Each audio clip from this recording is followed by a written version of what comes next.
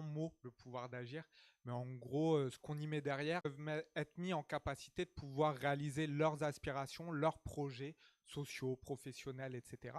Et c'est vrai qu'on se rend compte que le sport et le jeu vidéo, c'est quand même des super leviers pour travailler cette question du pouvoir d'agir. Et donc c'est une question, moi, qui m'a particulièrement intéressé, finalement, comment ces outils peuvent être mis au service de l'autonomisation des jeunes. Donc je pense qu'on aura l'occasion de pouvoir échanger, on aura de la belle matière pour ce. Est-ce que Olivier, tu veux introduire Eh bien, bienvenue à toutes et à tous. Ravi de vous accueillir ici. On est gâtés aujourd'hui, effectivement. On sort du blister, effectivement, le magnifique joyau qui est l'Athletica. Et c'est avec beaucoup d'émotion que, effectivement, on accueille des acteurs de la jeunesse, on accueille des membres du sport, des acteurs du social, des acteurs de la culture du département. Et à travers effectivement ce fil rouge autour du jeu, on va pouvoir effectivement échanger et poser les premières pierres du développement effectivement d'une dynamique départementale avec l'ensemble des acteurs. Cet événement est possible aujourd'hui grâce au service départemental de la jeunesse, de l'engagement et du sport du Val d'Oise qui soutiennent financièrement ces 2 journées qui vont se dérouler adossées au plus gros tournoi de jeux vidéo, le King of Field de France. Cet événement est possible aussi aujourd'hui grâce à ce partenariat fort entre l'USDEM numérique, l'ancienne 404, et le Centre Information Jeunesse du Val d'Oise. Et pour cette belle journée, donc, on va démarrer par une table ronde de 10h à 12h, un petit peu à la bourre, parce que ça coule du béton encore tout autour. Et on enchaînera ensuite un petit apéro déjeunatoire pour les gens qui sont présents ici. Et on reprendra de 14h à 16h pour une belle table ronde autour de l'engagement et du e-sport et du jeu. Je ne vais pas prendre trop longtemps la parole, je sais qu'on est un petit peu en retard. Je vais la laisser, si vous voulez bien, aux 2 présidents. Au président, donc, M. Élie Leport, président du Centre Information Jeunesse, pour un petit mot d'introduction. Et également à Philippe Deschaux, du président de l'USDEM, de l'Union sportive d'Oeil-en-Gain, Montmorency, qui effectivement accueille cette filière de e-sport et de démarche numérique. Si vous voulez bien. Voilà. Et une dernière info avant de laisser la parole à ces des messieurs. Donc ces deux tables rondes seront animées par David Gézo, effectivement, du collectif POA, qui est une grosse association régionale et qui travaille sur le pouvoir d'agir des jeunes et avec qui effectivement on partage beaucoup de valeurs, notamment autour de l'open source, de l'éducation et des valeurs partagées. Et bien sûr de Sébastien Hayé, fondateur de l'USDEM numérique ex-404. Voilà, merci beaucoup et belle journée à tout le monde. Bonjour à tous. Moi, je suis très flatté et honoré de participer à l'ouverture d'une telle rencontre sur le département du Val d'Oise. Vraiment.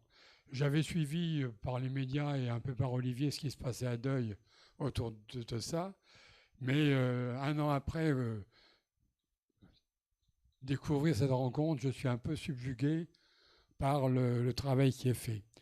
Au niveau du Centre d'information jeunesse, je crois que David a dit un peu les préoccupations fondamentales. C'est le rapport des jeunes à leur devenir, à ce qu'ils souhaitent, et bien évidemment sur les axes culture et sport qui sont les axes dominants.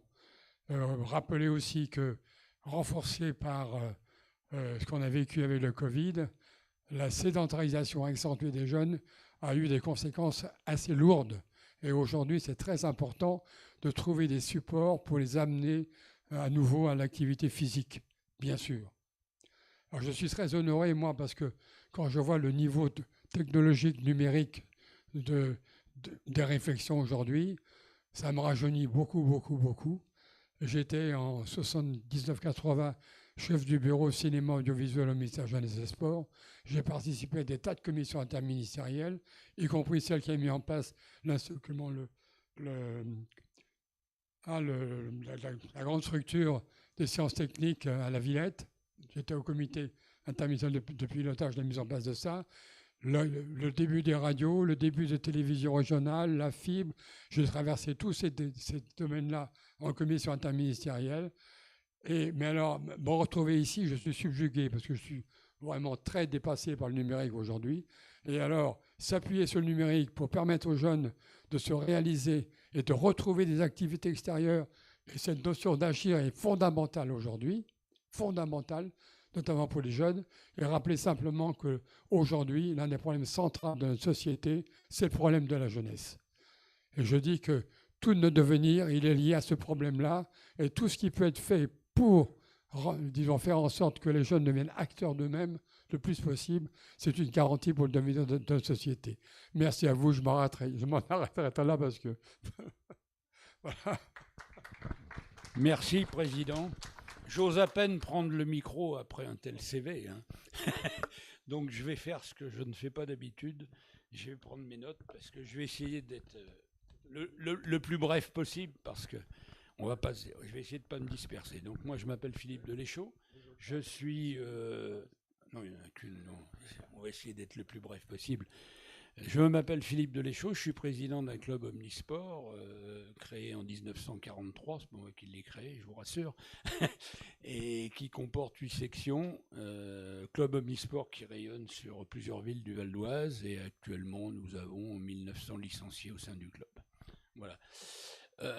Tout ça pour vous expliquer notre présence aussi aujourd'hui. Donc, je vais essayer d'être aussi bref que possible. Donc, comme vous en doutez, tous les ans, nous faisons des bandes de subventions auprès des mairies, du conseil régional, qui sont nos premiers pourvoyeurs de fonds. Et bien évidemment, il y a une question cruciale qu'on nous demande, quels sont vos objectifs pour l'année à venir. Donc, il y a 4-5 ans, on avait rencontré une association qui s'appelait Élan et qui s'occupait d'enfants handicapés qui étaient des autistes Asperger. Et on les a inclus notamment dans la section basket. Et aujourd'hui, on en a une quinzaine. Les choses se sont très bien passées. Et puis est venue l'année d'après. On s'est dit, tiens, qu'est-ce qu'on va faire cette année? On n'avait pas trop d'idées. Et à l'époque, on avait environ 1500 licenciés, dont 50% de jeunes. Et j'avais fait une proposition aux membres du bureau en leur disant pourquoi est-ce que, vu le nombre de jeunes qu'on a, on bâtirait pas quelque chose pour leur mettre le pied à l'étrier pour entrer dans la vie active. Puis bon, il y a eu beaucoup de réticences en disant non, c'est pas. Nous, on est dans le sport. Je leur ai dit oui, on est dans le sport, mais on est aussi dans l'associatif, et l'associatif, il est très large. Donc partant de ce postulat, quand j'ai vu ça, j'ai dit écoutez, on va, comme on dit, la faire courte, et je me suis lancé dans la réalisation d'un stage pour aider nos jeunes. Et d'ailleurs, le paradoxe, vous voyez, on n'est jamais prophète en son pays, parce que ça m'a ramené à concevoir un stage sur comment aborder un entretien d'embauche. J'ai fait ça, j'ai la chance de voir mon cousin qui était professionnel de ce métier et qui avait travaillé sur des méthodes de négociation qui avaient été utilisées pour finaliser les accords de Camp David, d'une part, et le rapprochement entre Mandela et de Klerk. Donc je l'ai appelé, je lui ai dit, écoute, voilà, j'ai une petite idée, moi j'ai travaillé là-dessus parce que je me suis lancé dans un truc qui n'est pas forcément mon cœur de métier. Et qu'est-ce que tu penses est-ce qu'on ne pourrait pas bâtir un stage sur une méthode de négociation pour aborder un entretien d'embauche, parce que tout ce que j'avais lu me plaisait pas trop, et effectivement pour moi il s'agit d'une vraie négociation. Donc on a bâti ce stage, et de fil en aiguille, je me suis retrouvé parrain à la mission locale de Deuil, d'Argenteuil. J'ai rencontré un certain nombre de personnes, et puis j'avais toujours une idée qui me trottait dans la tête en me disant, tiens, c'est bizarre, je vois tous ces grands clubs, surtout le football, qui font du e-sport, des gens comme, comment dirais-je, Barrière font du e-sport, donc il doit y avoir un intérêt là-dessus, il va falloir absolument qu'on se penche sur la question. Et au cours de mes pérégrinations, j'ai eu la chance de rencontrer le fondateur de la Ligue des Jeunes Talents, qui est un garçon qu'on a fait son métier, qui est un garçon remarquable, qui s'appelle Frédéric Coste. Et un jour, lors d'une réunion, je dis à Frédéric, tiens, je vais te demander un petit service, est-ce que tu n'aurais pas quelqu'un qui soit fanat de jeux vidéo et qui pourrait venir me développer ça au sein du club. Et j'ai un monsieur qui s'approche de moi, qui est là, et qui s'appelle Maxime François. Et à l'époque, on ne se connaissait pas. Maxime arrive, il me dit, première question, est-ce qu'on pourrait se tutoyer? Je lui dis oui, moi je tutoie pas facilement dans la vie de tous les jours, mais dans le sport, c'est une évidence. Je dis, oui, Maxime, pourquoi pas? Et puis il me dit, moi, le challenge m'intéresse, et c'est parti comme ça, en fait. Et de fil en aiguille, on a suivi le parcours. Je suis allé voir le maire adjoint d'une des villes qui nous finance, qui est Enghien, pour ne pas la nommer d'ailleurs, il n'y a pas de secret là-dessus. Et je lui dis, écoute, voilà, je voudrais développer une branche e-sport au sein de l'USDEM. Est-ce qu'il y a déjà des choses qui existent à Enghien? Moi, j'y connais rien en e-sport. Va voir le service des sports. Je suis allé voir le service des sports. On m'a orienté vers le CCFV, qui était le centre François Villon, centre culturel François Villon. Et on a pris un rendez-vous. Donc, on est arrivé à ce rendez-vous avec Maxime pour la première fois. Et puis, est arrivé un monsieur. Ce monsieur, vous l'avez vu tout à l'heure, puisque c'est lui qui a fait la présentation, en la personne de Sébastien Hayet. Donc l'entretien démarre avec Maxime, et puis au bout de 2 minutes, Sébastien, il avait dû voir que je tendais bien l'oreille, il se tourne vers moi, il me dit, si vous ne comprenez pas, vous m'arrêtez. Et je lui dis, non, on ne va pas faire comme ça, parce que vous avez autre chose à faire que de passer la nuit dans un bureau. Donc, vous voyez ça avec Maxime, et après on décodera. Donc c'est comme ça que ça a démarré. En sortant, Maxime m'expliquait un certain nombre de choses. Et puis ça a démarré comme ça. Et puis un jour, Maxime m'appelle, il me dit, écoute, il y a Sébastien qui voudrait te rencontrer. Est-ce que, écoute, il n'y a pas de problème. Donc on s'est vu 1 fois, 2 fois, 3 fois, 5 fois. Et puis comme on était sur la même longueur d'onde, oui, bien sûr. Dieu m'en garde. Et donc, si je peux m'exprimer ainsi, la mayonnaise a pris. Et Sébastien m'explique qu'il est fondateur de la 404. Alors, vu mon jeune âge, tiens, 404, ça me rappelle quoi, ma première voiture? Et je lui dis, mais c'est quoi la 404? Il me dit, parce que quand on est arrivé au CCFV, on nous a mis tout au fond, la porte du fond, là-bas, que personne n'ouvre jamais. Et ça m'a rappelé la page 404 qu'on ne trouve jamais sur Internet. Donc, voilà l'explication du mot 404. Donc, on a fait un certain nombre de choses. Et puis, le temps passe. Et un jour, Sébastien m'appelle, il me dit c'est une catastrophe, la présidente ne veut plus de la 404 au sein du CCFV et ils se séparent. Bon, écoute, on va prendre le taureau par les cornes, et c'est comme ça qu'est née, si vous voulez, l'association 404 USDEM. Voilà, donc, en quelques mots, l'USDEM... Alors, au bout d'un moment, après avoir eu... des discussions à la fois avec Maxime et Sébastien, j'ai compris certaines choses, même si le jeu vidéo n'est pas mon ADN, vous l'aurez compris. Moi, j'étais plutôt dans le sport réel que le sport virtuel. Et je me suis dit, oui, effectivement, ça ouvre beaucoup d'horizons. Et un jour, j'ai appelé Maxime, j'ai dit, écoute, Maxime, le e-sport, c'est terminé, on va appeler USDEM numérique, parce qu'il y a plein de choses à faire. Et le e-sport, c'est beaucoup trop limité. Et le e-sport de haut niveau, j'avais compris non plus notre ADN et là-dessus où on voulait aller. Donc aujourd'hui, pour faire très court, l'USDEM numérique est né. Pardon ? Non, mais c'est pour expliquer aux gens, parce qu'ils peuvent ne pas... Non, mais j'en terminerai en disant, voilà, que notre section numérique est basée sur 4 piliers. D'abord, le premier pilier, c'est le sport dans toute sa dimension. Ça va du sport traditionnel, du handisport jusqu'au sport santé. Le deuxième pilier, c'est l'inclusion sociale, c'est-à-dire que nous sommes ouverts à tous, y compris les plus défavorisés. Le troisième pilier étant l'insertion professionnelle. Et là, effectivement, la porte est grande ouverte, puisqu'on a la chance d'avoir notre président, qui est aussi président de la Ligue des jeunes talents, et bien d'autres personnes qui sont dans ce monde de la formation. Et le quatrième pilier est l'inclusion sociale. Donc là aussi, on a compris que les plus défavorisés, la porte est des grandes ouvertes, parce que venir à des jeux vidéo, c'est pas payant, donc tout le monde peut y participer. Et là, on a beaucoup intéressé les mairies chez qui nous sommes allés. D'ailleurs, sans aucune prétention, hein, lorsqu'on est allé faire des let's play, à chaque fois les mairies nous ont demandé de revenir, donc c'est qu'apparemment ce qu'on leur a présenté leur a convenu.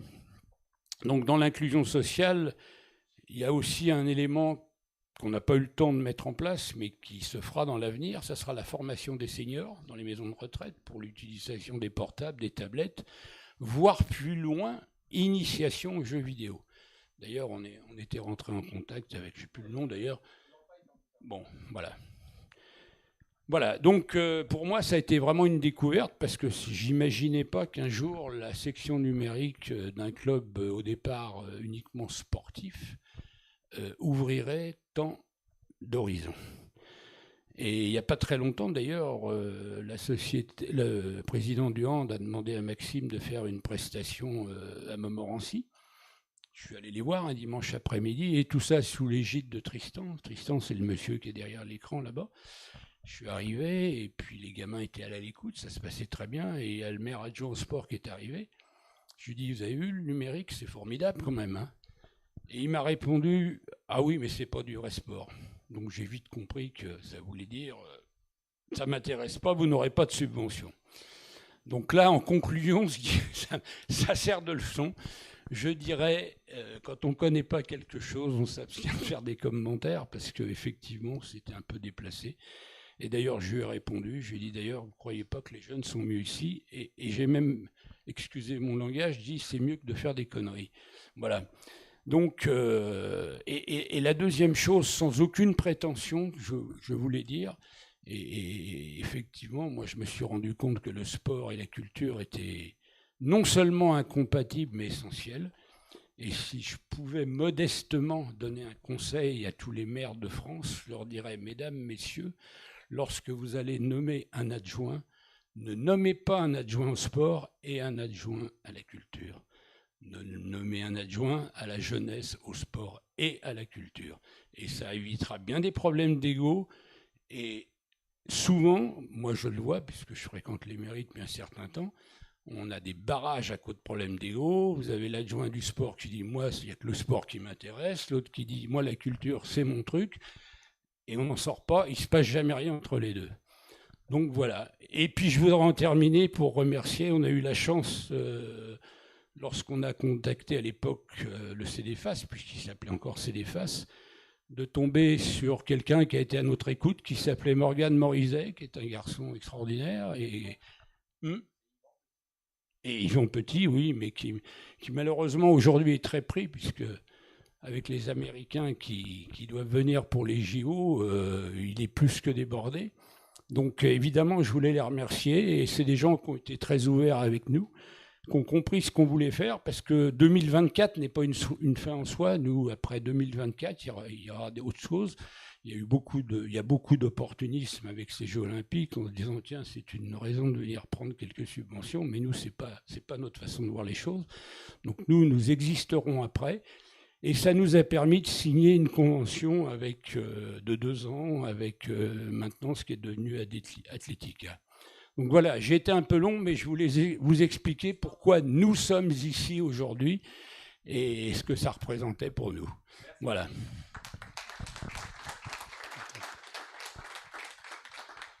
Oui, vous précisez que je reprends la relation sport-culture. Si professionnellement, moi c'est le sport, personnellement, ma militance c'est la culture, toujours. J'ai été pendant une dizaine d'années président national des centres d'action culturelle, tout en étant inspecteur principal des sports, et directeur départemental d'ailleurs aussi. Je voulais vous dire aussi que je suis, dans le Val d'Oise, président de l'association Culture du Cœur, que j'ai créée il y a 21 ans. Culture du Cœur, c'est une structure nationale, il y a 45 structures territoriales aujourd'hui à peu près, ça existe depuis 25 ans. La mission, c'est l'insertion sociale par la médiation culturelle. Et nous, dans le Val d'Oise, depuis 4-5 ans maintenant, on y a ajouté la médiation sportive. Et donc, on est en train de développer cette dimension-là par rapport à tous les publics qui sont en grande difficulté, qui sont isolés, et on est en relation avec toutes les structures sociales du département, bien évidemment. Et donc, sport culture, pour moi, c'est indissociable. Malheureusement, généralement, c'est très fragmenté et très découpé. Merci à vous. Juste une seconde pour confirmer ce que vous dites, cher Président. J'ai rencontré Olivier Lacombe et lors de notre première rencontre, Olivier me dit, voilà, on est en train d'agrandir notre conseil d'administration. Est-ce que tu voudrais venir au conseil d'administration? Bon, je dis, écoute, je vais réfléchir parce que j'ai déjà pas mal de choses et je suis relativement pris. Et puis la deuxième fois qu'on se voit, je dis, écoute, j'ai bien réfléchi, je vais te dire oui, mais à ce moment-là, on va faire un tiers croisé. Moi, je suis en train d'agrandir le bureau de l'USDEM, toi, tu viens à l'USDEM. Et il m'a dit, ah ok, c'est d'accord. Donc c'est comme ça, voilà, de relation en relation, on a fait un tir croisé. Et c'est comme ça qu'aujourd'hui, on est tous là. Voilà. Merci à tous. Merci à vous deux. Bon, on va enchaîner tout de suite. Alors, on est en ligne pour information, donc n'hésitez pas à partager le lien, à commenter. On en a parlé tout à l'heure, on a donc l'USDEM numérique 404 est entouré de bénévoles, puisque l'action principale c'est par et pour des jeunes. Et donc on a deux de nos bénévoles assidus qui sont ici. Je voulais les remercier d'être présents par rapport à la technique. C'est eux qui vont reprendre les différentes questions qui seront posées sur le Twitch et qui pourront être ensuite transmises ici. On va enchaîner tout de suite, David, si tu es d'accord. Et on va accueillir tout de suite Monsieur Roland Lejard, si tu veux bien venir avec moi, Roland, et nous rejoindre. Roland, je vais te passer le micro, mais je vais te présenter très rapidement. Alors, pour l'anecdote, je suis venu chez toi très rapidement pour pouvoir avoir des informations sur toi. Et tu as fini par me dire, écoute, pour me présenter, tu diras que j'ai été éleveur de vaches. Non, j'ai encore... Gardien. Alors, gardien, ça te va? Et tu as fini directeur général d'une des plus grosses entreprises d'Europe. Et tu vas nous en parler? Je vais essayer de vous en parler effectivement. Alors pour moi, c'est un honneur, c'est un plaisir d'être parmi vous. Pardon? Le micro un peu plus près. Je l'avale? Ouais. Bon, donc c'est un plaisir et c'est un honneur que d'être ici. Je dois dire quand même que ça a été difficile à mettre en place parce que mes amis qui dirigent l'USDEM, M. Deléchaud que vous avez entendu, M. Monge, qu'on appelle Philippe Monge, je crois, ouais, et qui est un ami, m'ont sollicité. J'ai évidemment posé des conditions et on s'est un peu disputé sur le montant de mes honoraires que j'exigeais que ce fût au black et ils ont tout refusé. Je viens quand même. Il est sympa. Bon, donc je me présente. D'abord, je ne suis pas tout jeune, il paraît. Je vais bientôt avoir 92 ans.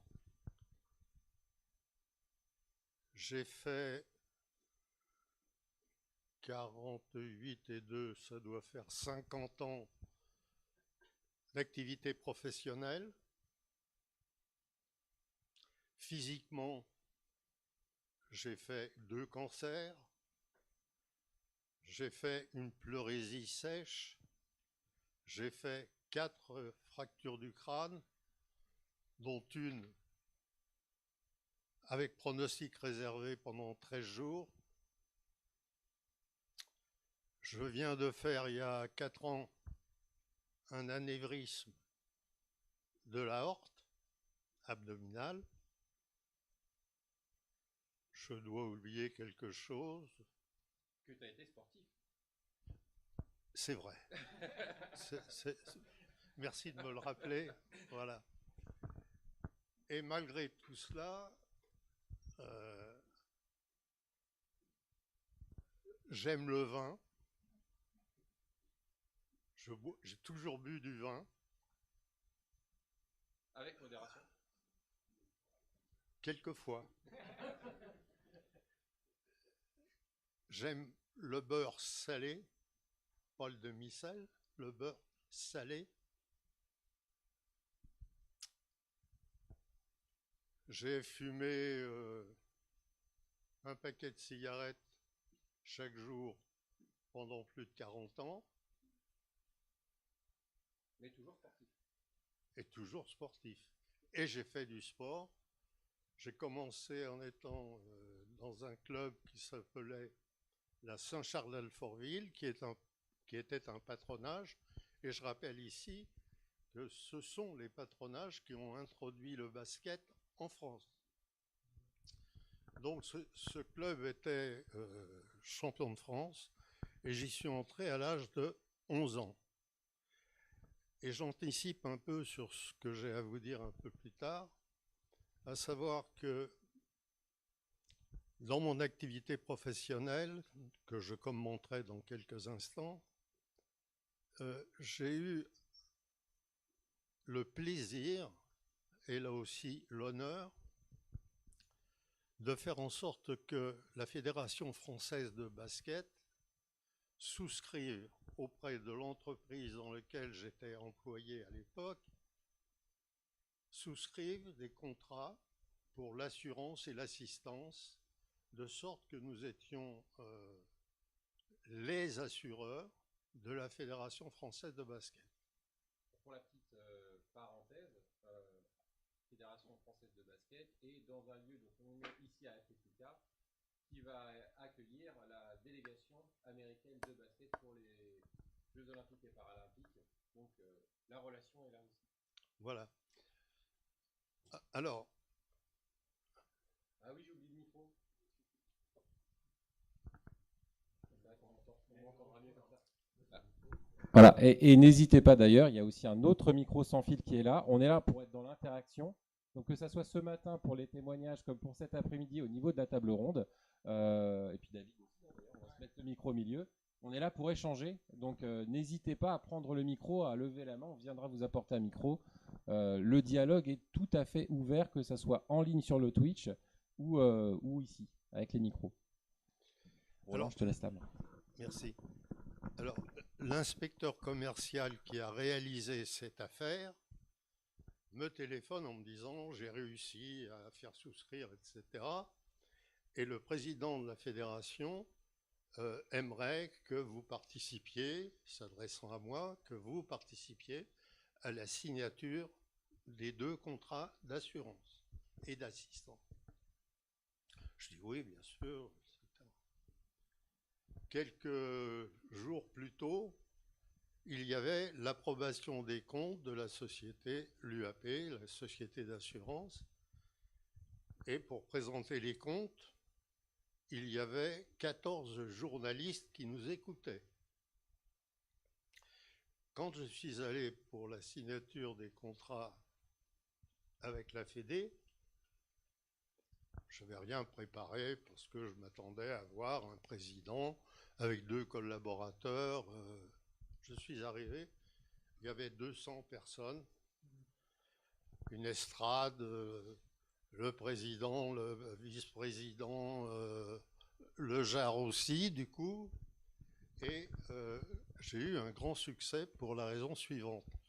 N'ayant rien préparé, je me suis adressé donc à la salle en disant « Je crois que je suis le doyen de cette assemblée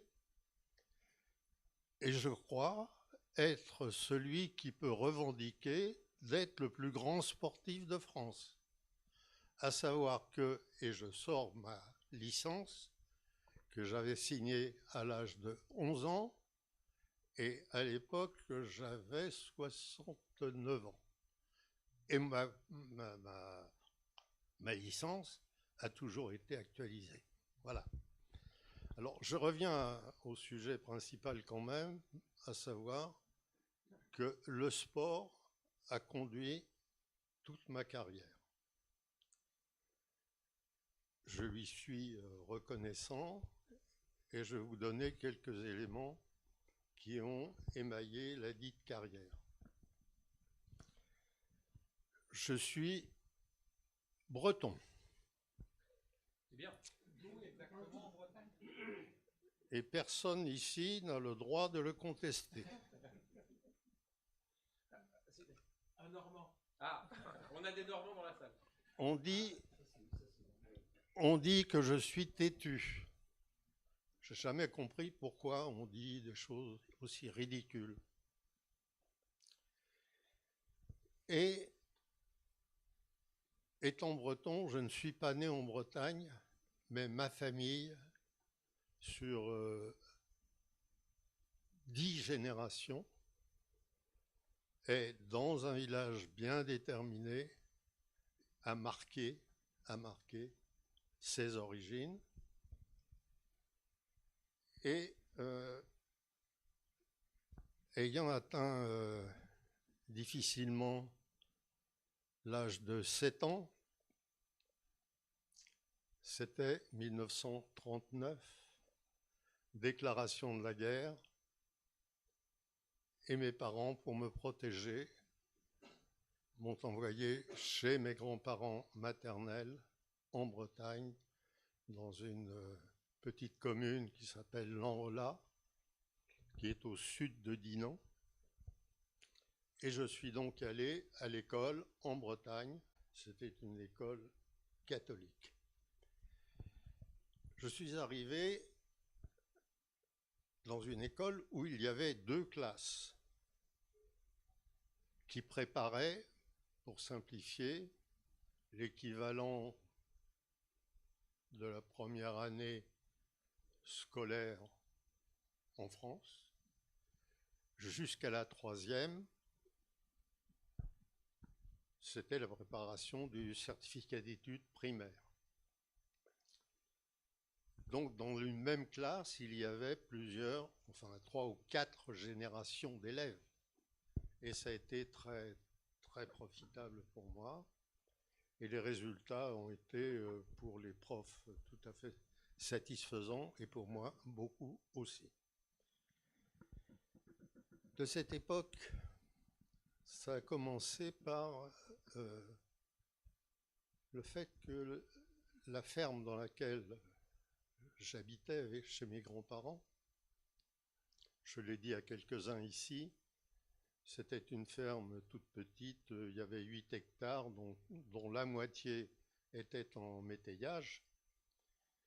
Et c'était une ferme qui comportait 6 vaches, un cheval, un chien, des poules, des lapins et moi. C'est déjà pas mal. Absolument. Et les premiers pas à l'école ont été marqués par ceci. Pour aller de la ferme à l'école, il y avait à peu près 4,5 km à travers champs. Et je traversais un bois. Et mes camarades qui ne l'étaient pas au début m'avaient prévenu que dans ce bois, il y a des fantômes qui, assez souvent, viennent, crient et martyrisent des élèves, des enfants. C'est courant en Bretagne. Oui, c'est ça. Et donc, j'ai quand même subi des situations pas très agréables et qui marquent un peu les esprits, c'est-à-dire qu'il venait un certain nombre de garçons qui se cachaient à l'intérieur du bois et puis qui après criaient, etc. Et puis me déshabillaient, me fouettaient avec des branches d'arbres qui étaient à terre et me menaçaient, etc. Je ne disais rien à mes grands-parents, mais j'ai souffert. J'étais un intrus. Et par association d'idées, je rappelle ici que à cette époque, et ça existe encore un petit peu, quand un garçon voulait se marié avec une fille. Si c'était une fille de la commune d'à côté, c'était très très mal vu. Il fallait que ce soit un mariage qui se fasse, si possible, afin de réunir deux fermes et élargir les terres cultivables à proximité. Ensuite, et je crois que c'est sur ce thème-là, que mes parents, qui étaient restés en région parisienne, que mes parents ont été amenés à quitter la Bretagne parce qu'ils n'étaient pas les aînés dans chacune de leurs familles, et la tradition ancestrale voulait que la suite de l'exploitation de la ferme soit réalisée par l'aîné, et il appartenait aux autres de chercher accueil ailleurs. C'était justement cette période-là, vers où vous aviez 11 ans, où vous aviez commencé ensuite à faire du sport, ou c'est un petit peu avant? C'était avant, Un petit peu avant. quand j'étais à l'école en Bretagne, et j'y étais entre 7 et 10 ans. D'accord. Voilà. Tout s'est bien terminé, c'est bien passé. Les deux professeurs que nous avions ont eu la gentillesse de faire un mot à mes parents quand je suis rentré donc en région parisienne, en indiquant qu'il serait utile et surtout profitable pour moi que je poursuive des études plus longues. Et donc me voilà à Paris, plus exactement à Alfortville. Mon père est employé à la SNCF et maman est employée dans l'usine Boson-Verduraz qui fabriquait des pâtes alimentaires célèbres, les pâtes La Lune. C'est comme ça. Mon père était très autoritaire. Mon père était très courageux. Il était dans le personnel roulant, donc avec un planning qui s'étalait pour une semaine, jour et nuit, etc. Et quand il avait une journée ou une demi-journée de disponible, il travaillait en plus dans une entreprise de déménagement à Maisons-Alfort. Alors, du coup, si je peux me permettre, Roland, par rapport à l'arrivée en fait de ton lien entre le sport et le fait que tu allais commencer à justement rentrer dans cet élan sportif, associatif, et puis ensuite que ça allait jalonner, comme tu disais, ta carrière et ce qui s'en suivra. Est-ce que tu peux nous en dire un peu plus justement sur ta rencontre en fait avec le sport et comment ça s'est produit en fait? J'étais dans une famille catholique, j'allais à la messe et à côté de l'église, il y avait une cour de patronage et il y avait des panneaux de basket, et c'est comme ça que j'ai commencé à faire du basket à 11 ans, comme je vous l'ai indiqué. D'accord. J'avais justement, moi j'étais vraiment curieux de savoir, dans cette période et dans cette rencontre avec le sport, avec du recul, finalement, vous allez nous en parler, j'imagine, mais quelles sont les compétences, les qualités, les valeurs finalement que vous avez pu acquérir à ce moment-là, parce qu'on comprend bien effectivement que c'est un moment de votre développement à 11 ans où vous arrivez, où vous revenez en Île-de-France, donc j'imagine qu'il y avait à ce moment-là des choses qui devaient se jouer et qui serait intéressant que vous nous racontiez. Oui, mais enfin, à ce moment-là, j'étais très heureux de jouer au basket. Et comme paraît-il, j'étais plutôt, je ne vais pas dire doué, mais enfin je jouais convenablement, je jouais même bien. Je me consacrais au sport et je n'avais aucune autre idée d'insertion de quelque nature que ce soit. Voilà. Alors, il y a une chose que j'ai omis de vous indiquer quand j'étais en Bretagne. J'ai un jour, vous imaginez une ferme, une pièce unique en terre battue, les lits, une grande table, etc. Arrivent deux cultivateurs qui interrogent mon grand-père en disant Jean-Louis, on a un problème parce que les vaches d'un tel sont allées dans mon champ à tel endroit, etc.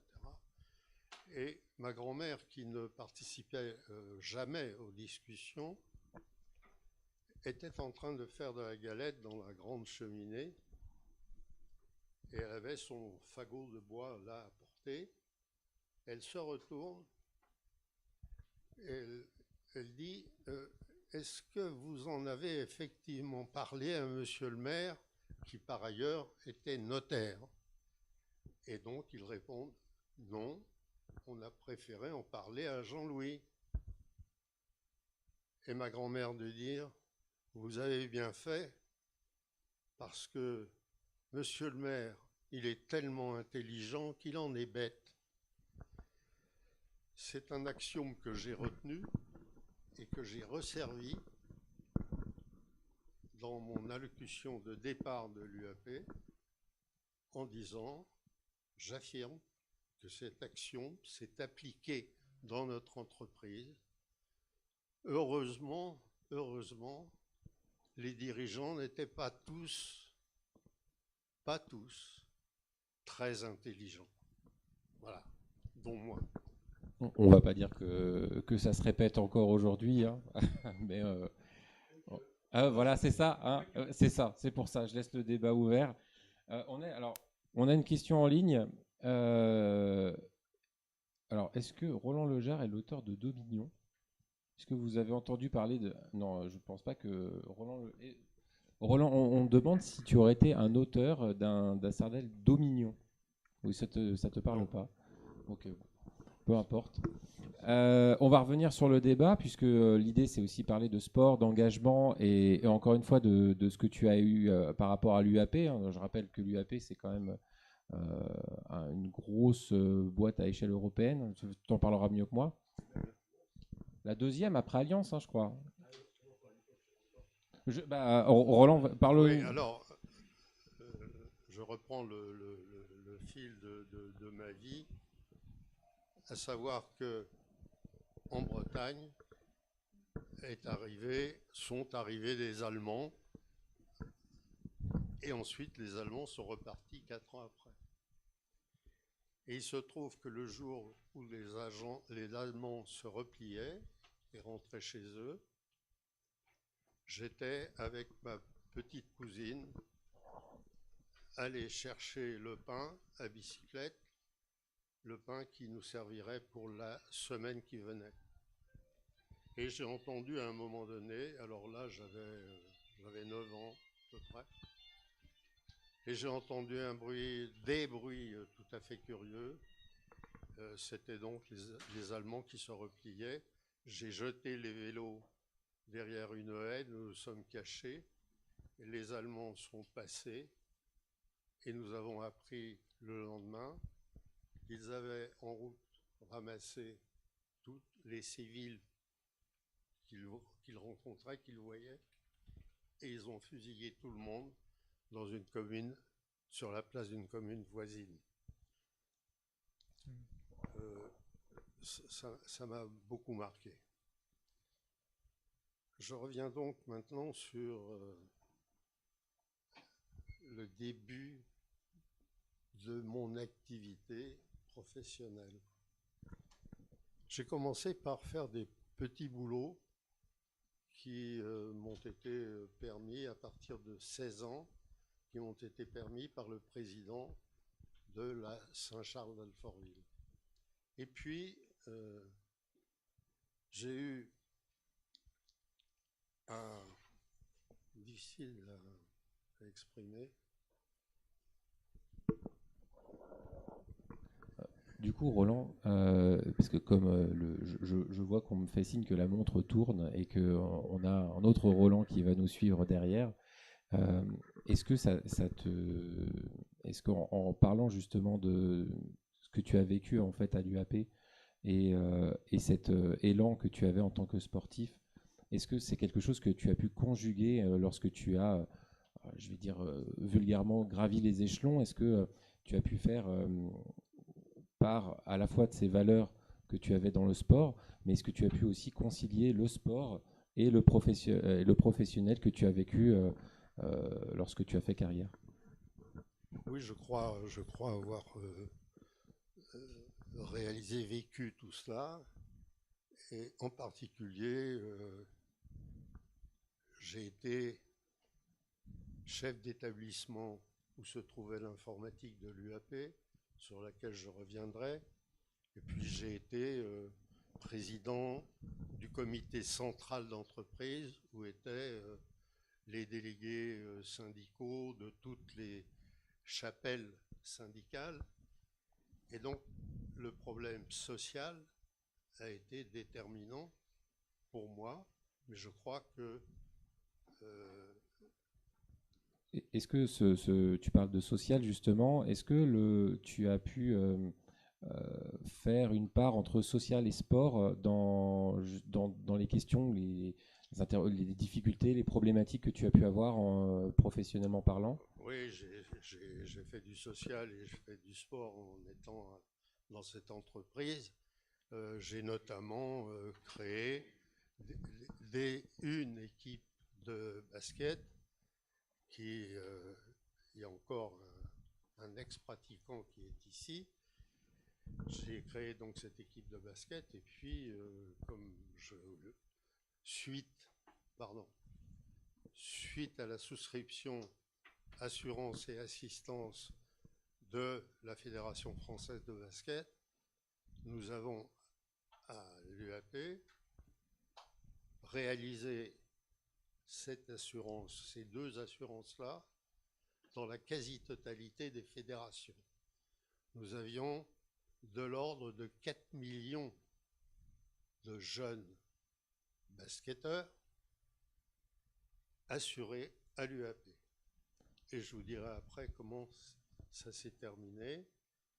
Alors, oui. je me permets, il y a une chose dont tu parlais tout à l'heure, et je sais qu'on en avait déjà parlé il y a quelques jours. Tu as été à l'UAP en charge de l'informatique, de la partie informatique, et je sais que tu m'avais parlé d'une formation. J'aurais bien voulu que tu m'en parles un peu, que tu nous en parles, parce que cette formation a aussi eu un empowerment, comme tu disais, David, sur le pouvoir d'agir, le pouvoir de construire les choses. Et puis aussi, peut-être, quand tu m'en avais parlé, tu le recontextualisais, je vais y arriver, dans une époque où l'informatique émergeait. Oui.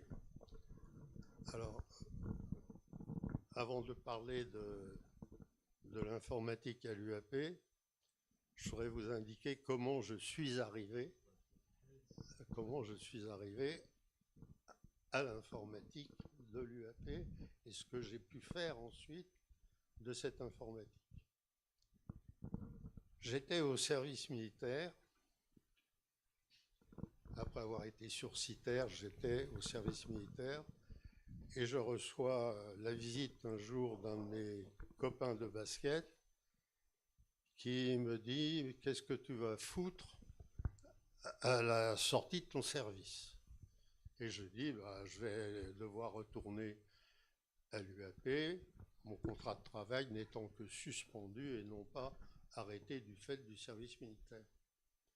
Et il me dit « Ne fais pas cette connerie-là, viens avec moi chez IBM. » Il me dit « Mais parce que chez IBM, notre équipe de basket est championne de France corpo, tous les joueurs te connaissent et ils souhaitent que tu viennes dans notre équipe. » Et du coup, à ce moment-là, il y avait un lien avec le sport et ce que vous... Ouais. Tout à fait. Donc, je lui dis, je vais chez IBM, mais je vais pas faire que du basket.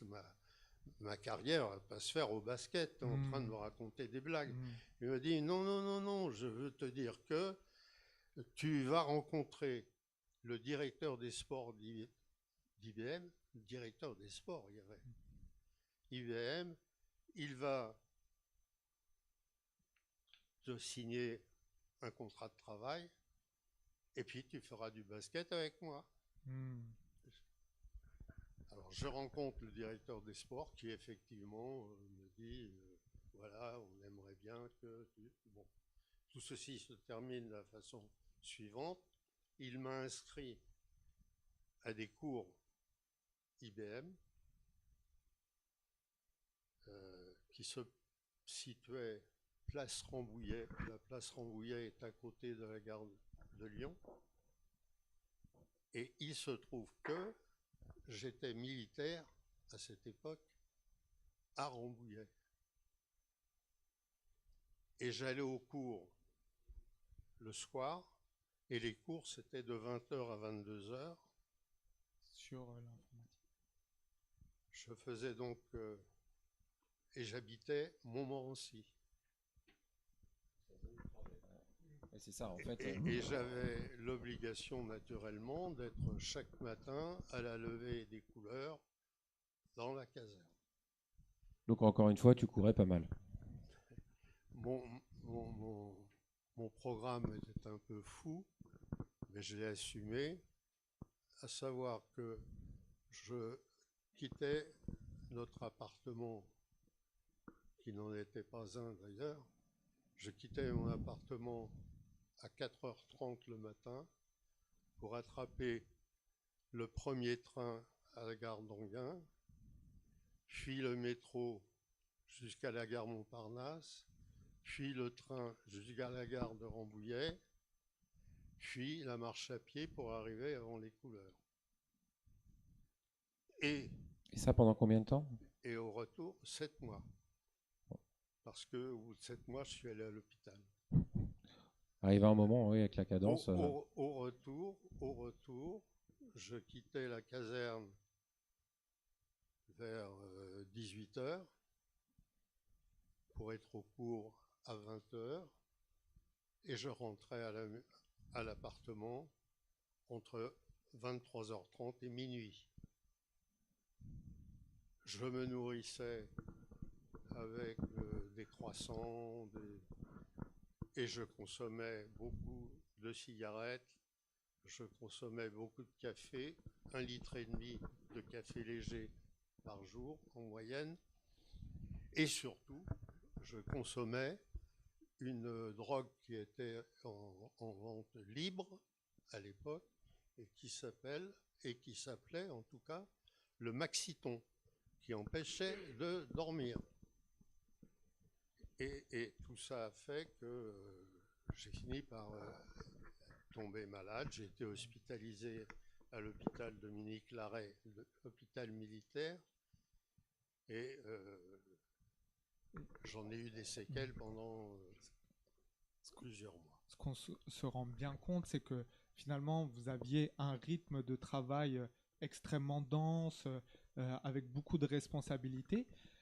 Pour refaire le lien un peu avec la thématique qui nous anime aujourd'hui, moi j'aimerais savoir, est-ce que finalement la capacité que vous aviez à travailler, à pouvoir prendre des responsabilités, à gérer le stress, gérer la fatigue, est-ce que finalement, avec un regard un peu réflexif sur votre parcours, le sport a permis, votre expérience dans le sport a permis finalement de pouvoir acquérir des compétences, une capacité tout simplement de travail qui a l'air quand même franchement intense de ce que vous nous racontez.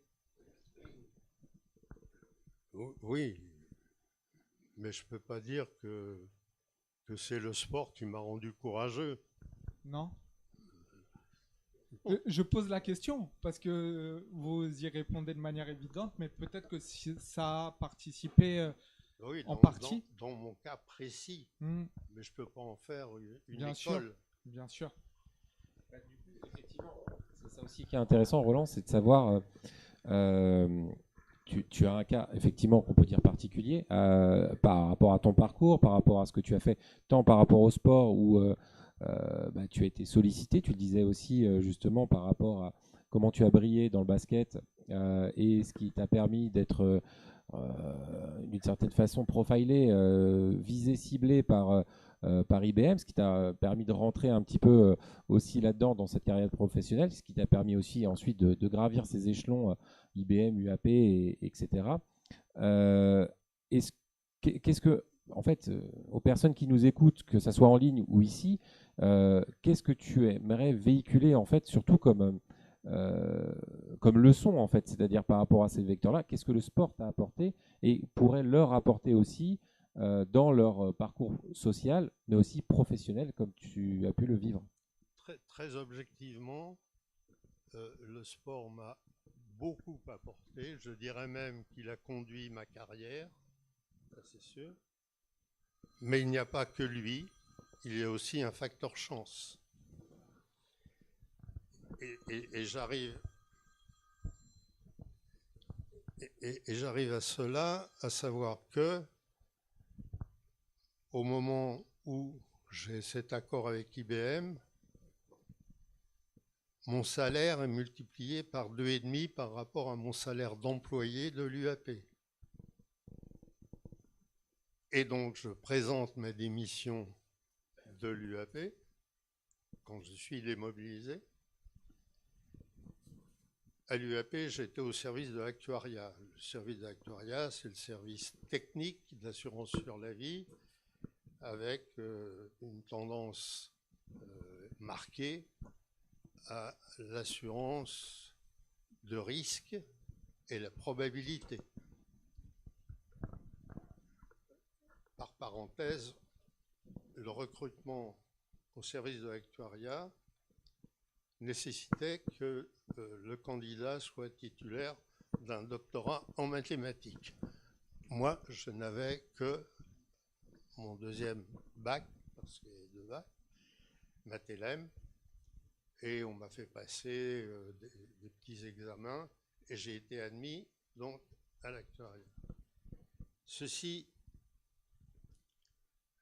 je tiens à le souligner, donc je présente ma démission, et le chef de service qui était le mien me dit, alors c'est la première fois qu'on jouait du violon pour moi, qu'il comptait énormément sur moi, qu'il regrettait mon départ. Je lui dis, je ne pars pas à la concurrence auprès d'autres sociétés d'assurance, je vais chez IBM. Et il me rétorque, ah, si vous allez chez IBM, ça veut dire que vous changez de métier complètement? Ben oui, oui. Est-ce que vous pouvez retenir votre démission pendant 3 ou 4 jours, le temps que j'en parle au président de l'UAP, parce qu'il rentre d'un voyage aux États-Unis, il a visité une société d'assurance qui s'appelle Travelers, il en a ramené toute une documentation et il s'interroge, est-ce que l'UAP doit choisir ou pas un ordinateur? Et d'ajouter aussi que ce président avait choisi un centralien pour répondre à la question qu'il a posée, est-ce qu'il faudrait avoir un ordinateur à l'UAP? Et il n'était pas, le président, satisfait de ce centralien. Et donc, mon chef de service en parle au président et je suis reçu au siège social, place Vendôme, premier étage, par un président, moi qui n'avais jamais vu un directeur à l'UAP, ou un directeur tout court, quelle que soit l'entreprise. Moi, employé, je suis reçu par le président d'une société qui comportait 30 000 personnes. J'avoue que j'étais anxieux, et comme je vous l'ai sous-entendu il y a quelques instants, la conclusion a été que le président me charge de cette étude et que on était en avril 1957 et il me charge de cette étude avec une conclusion, un rapport que je devais fournir à la fin de l'année devant d'abord lui et ensuite le conseil d'administration, conseil qui était formé des dirigeants des plus grandes entreprises françaises et 2 étrangères. Et à l'époque 1957, parler d'informatique, d'ailleurs le mot n'existait pas, on parlait d'une autre mécanographie. Et donc moi, employé, je suis chargé de ce travail. J'ai travaillé jour et nuit, un peu plus le jour que la nuit quand même. Et le rapport que j'ai présenté a été accepté. On était en avril, en avril 1957, et l'informatique de l'UAP est née en avril 1957. Ouais, si je me permets, Roland, parce que j'essaye aussi d'être maître du temps, et c'est ça aussi qui est un peu compliqué. Et le temps, malheureusement, je ne peux pas le mettre sur pause. En fait, c'est un palmarès qui, d'une certaine façon, dans l'anecdote que tu viens de nous citer, nous montre aussi que par cet aspect sportif et la personnalité que tu avais a permis, par facteur chance, mais aussi par cet engagement que tu avais au niveau sportif, il y a aussi cet élan des fédérations qui a fait que tu as pu ensuite gravir ces différents échelons. Je voudrais rajouter, puisqu'il y a un fauteuil disponible, je voudrais aussi accueillir avec nous un autre Roland, qui est Roland Louvet. Je me suis trompé, excuse-moi, mais je vais t'appeler Roland, sur les révélations sportives. Merci d'être avec nous. Et alors, tu as un micro derrière toi, normalement, à l'intérieur, le fil est... Et ouais, ça devra, c'est bon, c'est nickel. 1, 2. Voilà. Et je te laisse te présenter. Bon, si vous voulez, si ça vous fait plaisir. Alors, je suis une erreur 404.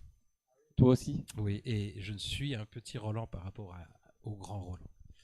Voilà.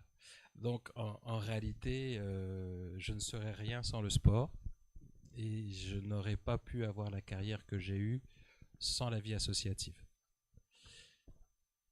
Voilà. En fait, erreur 404 parce que mon parcours est un peu particulier. Je suis tombé dans la marmite aux Jeux Olympiques de 1976. Et depuis, j'ai participé à 16 Jeux Olympiques. Je pense que je suis l'un des Français qui a le plus participé aux Jeux Olympiques. En tant que sportif, en tant que... J'attendais, j'ai fait exprès. Je me suis lancé... oui, tu as bien fait parce que c'était le piège en fait. Oui, j'ai participé à 16 Jeux Olympiques, mais je suis, comme on dit au Canada, je suis shadow, je suis invisible et je suis mal considéré. Je suis une erreur dans le mouvement sportif, dans la mesure où j'ai participé 16 fois en qualité de bénévole. Voilà. Donc j'ai accompagné les athlètes à partir des Jeux de 1976 jusqu'aux Jeux de Paris 2024, où je serai volontaire. Ils appellent ça volontaire, je déteste ce mot d'ailleurs. Je serai volontaire au village paralympique pour accueillir les délégations au village donc, des athlètes. C'est un exemple. Okay, mais j'ai participé à différentes missions. Alors je suis tombé dedans, et là on va faire le lien avec l'informatique si vous voulez bien. Je suis tombé dedans parce que mon père était tout simplement un prof de technologie. Il est devenu directeur du Cégep André Laurando à Montréal. Et il avait comme partenaire, et je fais le lien avec le grand Roland, il avait comme partenaire IBM au Cégep André Laurando. Et c'est par ce biais-là que je suis tombé dans l'informatique. Parce que mon père était au départ un ingénieur, est devenu directeur de la technologie d'un cégep, qui correspondrait à un collège. Et le maire Jean Drapeau lui a dit « Hé, Chris de tabarnak, t'es français, toi? Tu connais comment il s'appelle ce petit Chris là, Pierre de Coubertin ?» Eh ben, il a répondu oui, parce que son arrière-grand-oncle était du même village, du château de Miville. Et donc, du coup, il dit, ben oui, il a même créé la première flamme olympique de Pierre de Coubertin. Et là, il dit, c'est toi que je veux en technologie, je comprends rien. Il y a les gars d'IBM qui n'arrêtent pas de me tanner là-dessus. Et c'est toi qui vas être leur interlocuteur. Et donc, c'est comme ça qu'il est devenu ingénieur, puis directeur de la technologie des Jeux Olympiques de Montréal, puis directeur général de la technologie des Jeux Olympiques de Montréal, avec les premiers panneaux couleurs, hein, où on a vu Guy Druth gagner sa médaille d'argent, ou d'or, je ne sais plus. Et à ce moment-là, vous aviez déjà un rapport. C'était d'or, hein, je crois. Hein. Oui, Guy Druth, c'était d'or. Champion olympique. Hein. Et moi, je m'interrogeais. À ce moment-là, vous aviez déjà un rapport avec le sport et un sport en particulier, une pratique sportive? Oui, parce que je viens d'une famille de sportifs, alors normande, évidemment, je vous ai parlé de Pierre de Coubertin, et on était pauvres, en fait. On vient d'une ferme, et comme beaucoup de Normands, on a été obligé d'émigrer, parce que, comme vous l'avez très bien expliqué, on n'était pas, ma lignée n'était pas l'aîné d'une ferme. D'accord. Donc, du coup, on était pauvres, et mon grand-père a migré dans une petite ville que vous connaissez peut-être, Saint-Noix, ça vous dit quelque chose? Voilà, donc ici en fait, juste à côté, à 300 mètres, il était à Saint-Noix dans une usine. Et mon père, lui, comme ils étaient pauvres également, il a décidé d'émigrer au Canada. Et c'est comme ça qu'il s'est retrouvé donc, dans la technologie. Il était ingénieur et il s'est retrouvé en technologie. Et moi, à l'époque, j'avais 6 ans, 7 ans, 8 ans, 9 ans, 10 ans, 11 ans. J'évoluais dans mon petit quartier comme joueur de hockey sur glace. Ok. J'ai eu la chance, puisque je suis au Canada, de travailler mes entraînements avec Tretiak, avec Ken Dryden, etc. Bon, qui veut dire absolument rien à personne, mais ça m'a permis d'être un très bon gardien et j'ai eu droit à un passe-droit. On parlait de 11 ans. J'ai eu un passe-droit. À 11 ans, j'ai porté la flamme olympique de Montréal. Ah oui. Et ça, en termes de... Enfin, vous avez quel souvenir de... Je suis passé d'un petit sportif à... Dans ma tête, j'étais un grand sportif. Voilà, et dans ma tête, je suis devenu un grand sportif. Juste dans ma tête, j'avais 11 ans. Est-ce que c'est ça, du coup, que tu as perçu comme une forme d'engagement sportif? Est-ce que tu l'as ressenti comme ça, même si c'était symbolique? Ah, mais c'était complètement symbolique. Là, je suis passé sur un plan dévouement pour le sport. C'est-à-dire que le sport m'avait fait l'honneur, même si c'était un peu triché, hein, soyons clairs. Hein, c'est le hasard de la vie. Hein, je le dis à tout le monde, hein, profitez de le hasard de la vie. C'est pas de ma faute si j'ai porté la flamme olympique parce que mon père était directeur général. Donc je me sens absolument pas coupable. Il faut accepter le facteur chance dont on parlait tout à l'heure. C'est le fameux facteur chance. Et je vous le recommande vraiment, ce facteur chance. et je me suis pas du tout senti coupable, puisque une fois que j'ai eu cette flamme dans la main, j'ai senti que j'avais une responsabilité. Oui. Okay. Ce que je suis pas certain que Jules ait compris aujourd'hui. Ah. Vous voyez ce que je veux dire, hein? C'est un autre débat, oui. Oui, parce que je pense pas que Jules va continuer dans le milieu du sport. Mais par contre, il va continuer à développer son réseau social. Voilà. Moi, je n'ai pas de réseaux sociaux. J'ai aujourd'hui la chance, grâce au sport, d'être le secrétaire général d'une fédération française des bénévoles. Nous avons 1 million de bénévoles dans notre fédération, 80 000 clubs, alors qu'avant d'arriver au côté numérique, nous n'avions que 15 000 membres. D'accord. Donc nous sommes passés de 15 000 clubs à 80 000 clubs, en ajoutant une expertise de numérique, si vous voulez, hein, de jeux vidéo, etc., qu'on a inclus dans la fédération. Donc ça, c'était le sport, c'était la fibre sport. Et je suis tombé chez IBM dès l'âge de 11 ans et j'ai développé mes premiers clones de logiciels à l'âge de 14 ans sur Atari. D'accord. C'était quelle période, ça, vous avez dit Là, c'est la période donc à 11 ans, j'ai porté la flamme olympique. Ouais. Mon père a fait à peu près la même chose que Estanguet, parce que je vous annonce que ça va être la même chose. Hein. Mon père avait beaucoup d'amis avant les Jeux olympiques et il s'est retrouvé tout seul au moment des Jeux olympiques. Je ne l'appelais plus mon père papa, je l'appelais monsieur. Et sa femme, pour nous protéger, a décidé de revenir en France.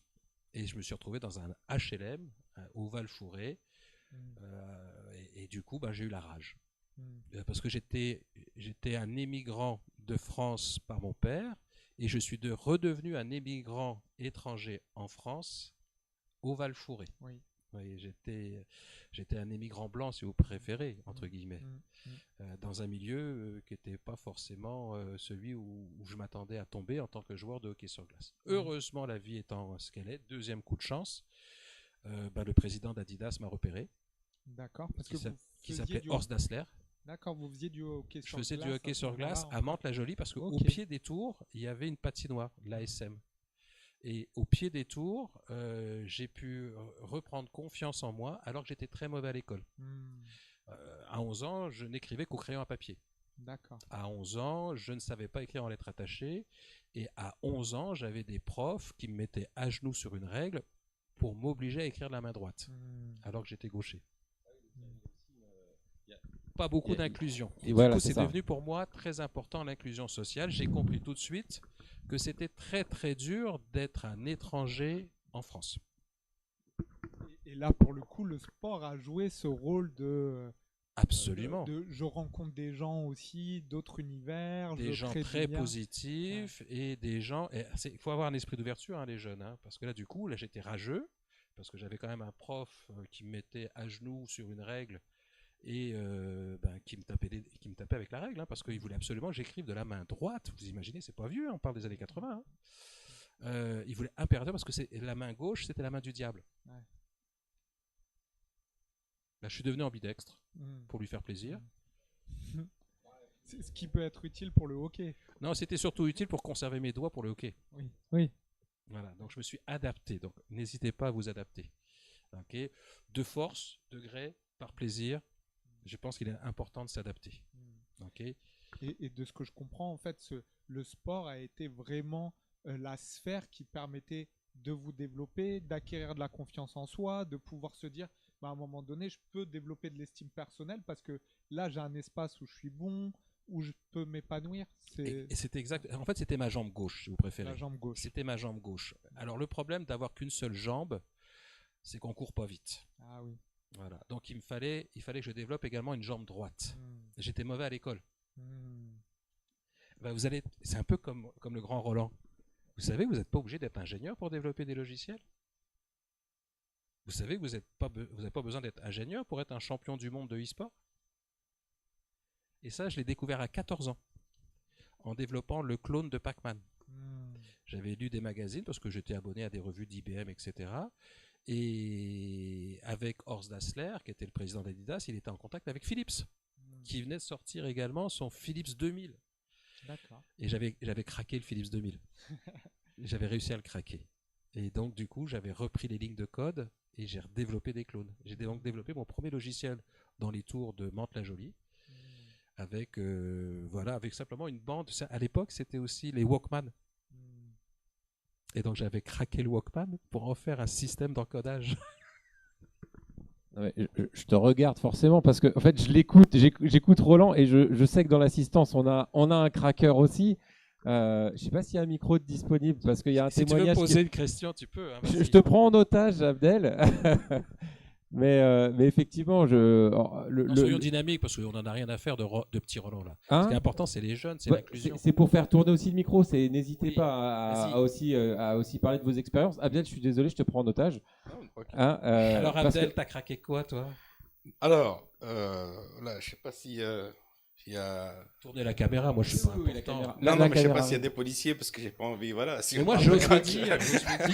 Ils attendent dehors, t'inquiète pas. On a prévu le comité d'accueil, t'inquiète pas. Non, en fait, déjà, je peux te poser une question par rapport à... Quand tu parlais d'Atari ST, c'est ça? Oui, exactement. On est dans les années 80. Hein, ouais, bah oui, d'accord. Ok. Vieille marque a été rachetée par Infogrames de mémoire. Ouais, alors là, j'ai plus suivi l'actualité parce que... Si, j'ai suivi. Je sais plus si c'est les frères Guillemot. Il y a encore des Bretons. C'est pas possible, ça. Je voulais te poser une question parce que ça m'intéresse. Quand tu as dit que tu es revenu en France et que tu t'es senti un étranger, c'est par rapport à la population locale ou par rapport à tes profs? Par rapport à qui? C'est par rapport à mes profs. Pas par rapport à la population locale dans la cité? Non, c'est une question. Hein. Non, dans la cité, j'étais en fait déjà j'ai appris l'intermédiation tout de suite à 11 ans. D'accord. Ok, parce qu'entre 11 ans et 14 ans, j'étais au Val-Fouré et j'ai découvert le racisme. Mais alors, parce que tu avais un accent? Tabarnak, bastique, bah oui. Et puis j'écrivais mal, j'écrivais le joual. D'accord. Et le joual, c'est pas vraiment du français, c'est presque du français, mais c'est le cousin. C'est comme un Belge qui arriverait à Paris et il serait obligé. Imagine, c'est très cruel ce que je vais dire. Ouais. J'ai dû aller vers ma deuxième jambe, qui est la culture, pour éviter le racisme. D'accord, Tu vois? J'ai fait du théâtre. d'accord. J'ai fait du théâtre. Tu as joué un rôle. Et ça jouait un rôle très important dans ma vie parce que j'étais pas crédible tant que je parlais québécois. Je faisais rire. Sérieux? C'est du racisme, ça, non? Je sais pas. Quand tu as des élus devant toi et que tu demandes des budgets, parce que j'étais à l'ASM, j'étais le trésorier de l'ASM, et qu'on te dit ouais, non, mais là, tu as 18 ans, tu vas pas me demander un petit billet de 100 000 francs pour aider les jeunes à acheter des paires de patins, et ils me disent non, et ben, ça m'a donné le courage en tant que trésorier de donner mon 200% pour aller en équipe de France. D'accord. C'était ma motivation. C'est la culture, c'est l'inclusion sociale qui m'a poussé à rentrer en équipe de France de hockey sur glace. Et le coach, coup de bol, le coach s'appelait Lang, il n'était pas français. Il était des pays du Nord, il était suédois ou norvégien, et c'est lui qui a compris, il est devenu notre entraîneur à Mantes-la-Jolie. Et en prenant ces cours de théâtre, j'ai commencé à être crédible. J'ai pu rentrer à la Fédération française de hockey, et là, j'étais crédible. Tu vois le truc? Bah, j'essaie de voir en tout cas. Ça me fait bizarre. Tu me racontes l'histoire d'un pied noir en fait, quelque part. Et pourtant, je suis dans les années 80, c'est 20 ans après. Bah ouais, ça me fait vraiment bizarre. Bah, je suis sûr que tu parles. Enfin, moi, j'ai été prof et d'un autre projet récemment qui s'appelle Campus 2023. Je ne sais pas si ça vous dit quelque chose. Hein, je ne sais pas si vous connaissez le rugby. Il y a eu France 2023. Et bien, le rugby voulait avoir 2000 bénévoles volontaires. Et dans le cadre de l'inclusion sociale, j'ai beaucoup travaillé à l'occasion des dossiers de candidature de Paris. J'ai participé à 6 dossiers perdants. Oui, en fait, je suis un loser. C'est comme ça qu'on m'a décrit pour la candidature de Paris 2024. On m'a rejeté de Paris 2024 parce que j'étais un loser. Ils n'ont pas compris que j'étais un winner. Parce que, en fait, eux, ils partent du principe, un peu comme l'éducation nationale, que c'est la note qui fait l'homme. Moi, je dis que c'est l'échec, l'expérience, ce que tu retiens de tes échecs, qui font de toi un homme. Et ce qui est hyper important dans vos parcours, et c'est vrai que là, on peut faire le lien avec le numérique, j'ai l'impression que... C'est le numérique qui m'a sauvé. Et en même temps aussi le sport, en partie, ou l'engagement... C'est pour ça que je te dis que je suis une erreur 404. Ouais. Je suis ni sport, ni culture, ni numérique, ni inclusion sociale. Je suis tout cela. Et c'est pour ça que j'ai décidé que mon engagement serait au niveau des associations transversales. Oui. J'ai encore un élu récemment dans le 41 qui m'a dit « Mais t'es qui, toi ?» Parce qu'il ne savait pas me mettre, un peu comme ce que tu disais. Il ne savait pas me mettre dans une case. En France, on est obligé d'être dans une case. C'est-à-dire, ouais, non, mais tu me dis que tu as été en équipe de France de hockey sur glace, donc tu es un sportif. Je dis, oui, mais non. Oui. Tu me dis que tu as développé un logiciel. Tu es un mytho. Je ne connais pas de sportif qui développe des logiciels. Tu es un mytho. On m'a carrément dit que j'étais un mythomane. Et c'est en 2023 qu'on m'a dit ça. Okay. Et j'ai dit oui, mais non. Et après, j'ai créé Amos. Je ne sais pas si vous connaissez Amos. Oui. L'Académie du management des organisations sportives. Je l'ai créé après l'échec de Paris 2008. Parce que j'étais conseiller technique, je venais du Canada. J'avais développé le logiciel d'évaluation des villes candidates pour le CIO, qui s'appelle Olympe Logique. Je l'avais développé au Canada par une société qui s'appelle DM. Et j'étais revenu en France pour les aider. Eux, ils étaient persuadés qu'avec mon logiciel, ils allaient gagner. Et là, c'est un autre assureur, Claude Bébéard, qui m'a payé dans le cadre du Club Sport Entreprise. Oui. Okay. Pensant que les critères techniques étaient suffisants, mais ils avaient simplement oublié la culture. On ne peut pas gagner avec des critères techniques. Comme on ne peut pas gagner en e-sport, sans une culture, il n'y a pas que la technique, il y a aussi la culture, l'émotion, l'engagement, qui est extrêmement important. Et donc, c'est ça que j'avais repéré dans l'échec de Paris 2008. Et plutôt que de me sauver, j'ai dit je reste en France, parce que c'est mon pays, parce que j'avais passé 10 ans dans la Silicon Valley, c'est vrai, j'ai oublié de le dire. c'est vrai qu'après avoir développé et cloné mes logiciels, eh ben, j'ai d'abord une société luxembourgeoise qui s'appelle RTL, qui m'a demandé de développer des applications logicielles avec les sous-porteuses de la bande FM qui étaient libérées, puisqu'il n'y avait plus de guerre froide. Et donc j'ai travaillé avec la société RTL pour développer les sous-porteuses. J'ai mis en place des algorithmes et j'ai développé les premiers sites de rencontres. J'en ai créé 3. Un pour les femmes, un pour les hommes. Puis en termes d'inclusion sociale, j'ai tout de suite pensé aux homosexuels, comme ma fille. Et dès 1984 à 87, j'ai développé des sites de rencontres hétéros. Alors je vous dis tout de suite, c'était des algorithmes. Oui, c'était pas bien vu à l'époque. Donc je prenais du masculin et du masculin pour faire du site homosexuel masculin, et je prenais des terminaisons féminines pour faire des sites féminines homosexuels. Et j'avais donc 2 sites hétérosexuels. C'est ça les algorithmes, hein. On fait ce qu'on veut, c'est ça l'intelligence artificielle. Et ça, je vous parle de 1984 avec une société qui était en France. Et je me permets de revenir sur votre parcours, parce que moi, il y a quelque chose qui m'a vachement parlé, et j'imagine que s'il y a des travailleurs au contact de la jeunesse à qui ça peut aussi résonner, c'est que finalement, le sport, le numérique, la culture, vous parliez du théâtre, en fait, c'est des espaces de développement qui permet ensuite, et surtout quand on est jeune, qu'on rencontre des difficultés scolaires, oui, qu'on a peut-être j'étais en échec, j'avais redoublé. Hein. Exactement. Et vous racontiez aussi votre difficulté d'intégration. Et je me posais une question en vous écoutant, c'est que finalement, le sport, le numérique, le jeu vidéo, ça peut être le théâtre, est-ce qu'il y a pour recentrer sur la question du sport, est-ce qu'il y a une spécificité du sport sur ces aspects de revalorisation, de création de liens sociaux, propre au sport, ou finalement, effectivement, c'est un objet de médiation qui permet de travailler le développement de l'individu, mais au même titre, effectivement, de ce dont on va parler cet après-midi, le jeu vidéo, où il y a une spécificité propre au sport sur ces questions-là. Alors, le sport est un média. Parce que quand on est en intermédiation, parce que je suis un peu lobbyiste du coup, puisque je travaille pour une fédération, c'est le plus petit des communs multiples. C'est-à-dire que quand tu parles d'un sujet, il y a un sujet qui est universel, c'est le sport. Et Pierre de Coubertin l'avait bien compris. Je vous rappelle les vraies valeurs du CIO. C'est pas sport, culture, environnement. Ça, c'est le nouveau, ça. C'est celui pour le marketing, le RSE. La responsabilité sociétale des entreprises. C'est très business. Moi, je suis sur le RSI. Ça vous dit peut-être rien.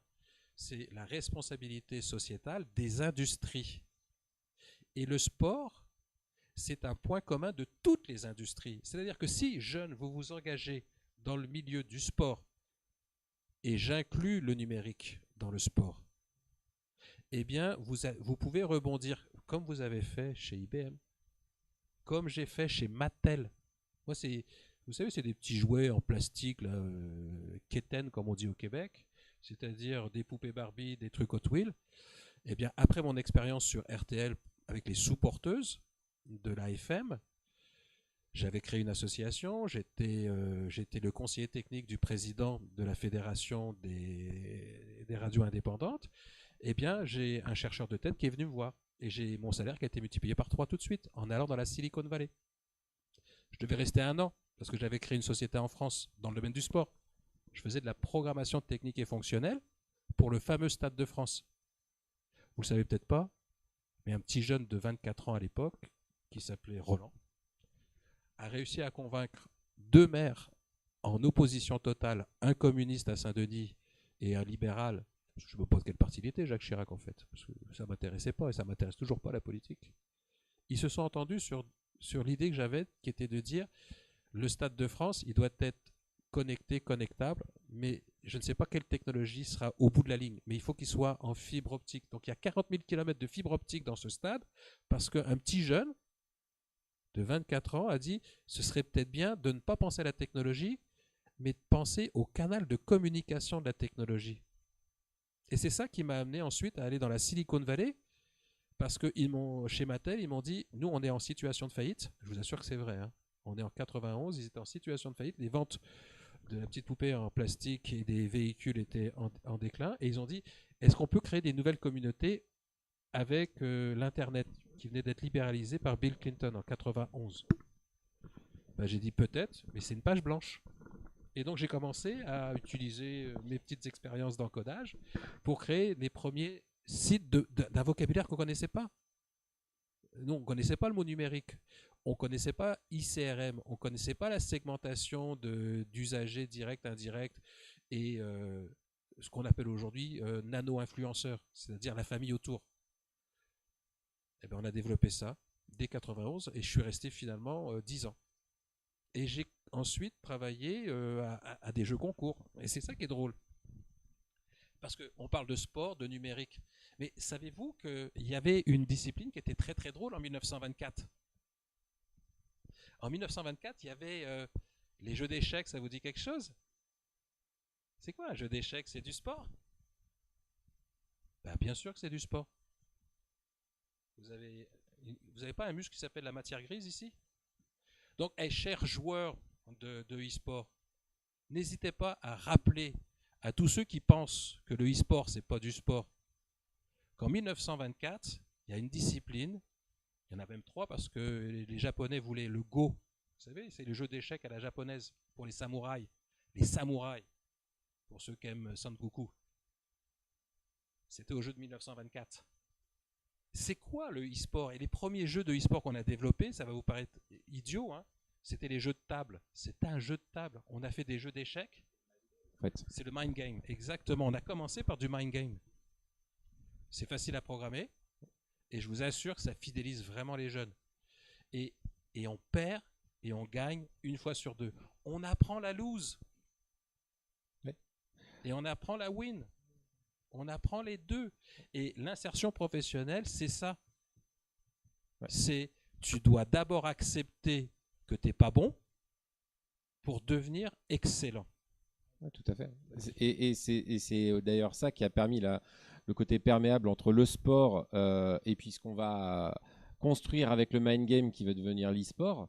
C'est cette construction d'échecs, de compétences et puis de réussite qui va commencer à créer tout ça. Je sais que j'ai Olivier qui me faisait des grands signes tout à l'heure parce qu'il y avait des questions en ligne. Oui. Pas de questions en ligne, c'était peut-être pour faire tourner le micro. Ah, d'accord. Une question à un loser? C'est interactif. Hein. Si vous voulez parler, il n'y a aucun problème. De toute façon, cet après-midi, je vais vous le prendre en otage. Oui. Si vous avez aussi des témoignages, effectivement. Ah, il y a Abdel. Ouais, je suis complètement d'accord en fait avec Roland là par tu peux m'appeler le petit Roland parce que le petit Roland. Parce qu'en fait, moi j'ai passé 5 fois mon bac. Je l'ai passé 2 fois. Voilà. Donc la première fois que je l'ai passé, j'avais perdu mon père et en fait, je m'en suis pas vraiment remis. Voilà. Mais j'ai pas lâché et je l'ai jamais eu en fait. Donc ça c'est la big lose. Hein. Ouais. Mais c'est la big lose qui m'a ouvert ma vocation. Ouais. En fait, à vouloir aider justement les jeunes qui sont complètement dans la big lose, à vouloir sortir de la tête de l'eau. Bravo. Et donc en 8 ans, on a accueilli 80 stagiaires, on a vraiment mis le pied à l'étrier à plein de jeunes. Dans quel cadre? Dans le cadre de mon ancien travail. Je travaille dans un Fab Lab en fait à Irani. Et vraiment, je suis complètement d'accord en fait. Il faut vraiment goûter à l'échec. Et comme on dit en France, parce qu'aux États-Unis on parle d'expérience, et c'est vrai qu'au niveau de l'éducation nationale, je ne vais pas leur tirer la pierre dessus, mais ce mot-là, ça met la pression. Il faut pas perdre, il faut pas. Et puis dès qu'on a perdu, on a l'étiquette. Voilà, on a une étiquette et on peut plus rebondir. Alors que c'est pas vrai. À l'anglo-saxonne, ça se passe pas comme ça. Okay. J'ai jamais eu de note au Canada. Comment? Je n'ai jamais eu de note au Canada. Et quand on a créé Amos et Campus au départ, Campus 2023 pour le rugby, mon idée c'était de dire on met pas de notes, on met juste acquis, en cours d'acquisition ou non acquis. C'est largement suffisant.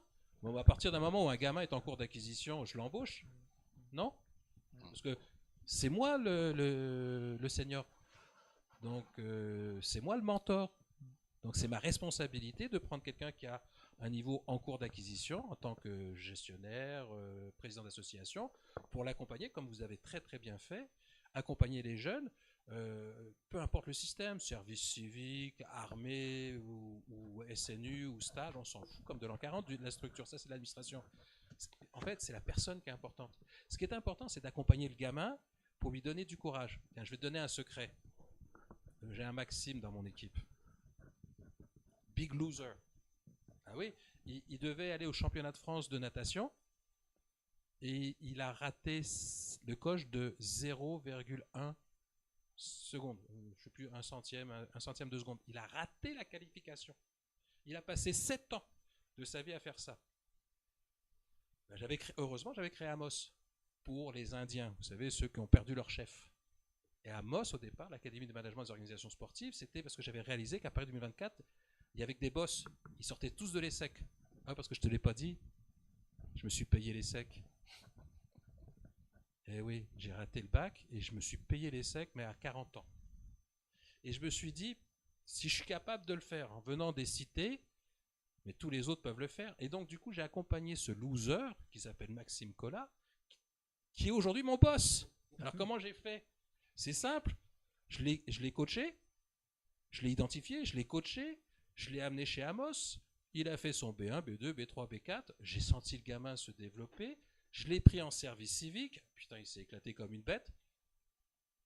Il est venu avec une idée extraordinaire, c'est de dire, tu vois tes cochonneries là qui traînent dans ton grenier, et si on les exposait? Il a créé Musée au bus, en se disant un truc nouveau, c'est nous qui allons nous déplacer dans les écoles. Moi, je dis, mais c'est pas con ton idée.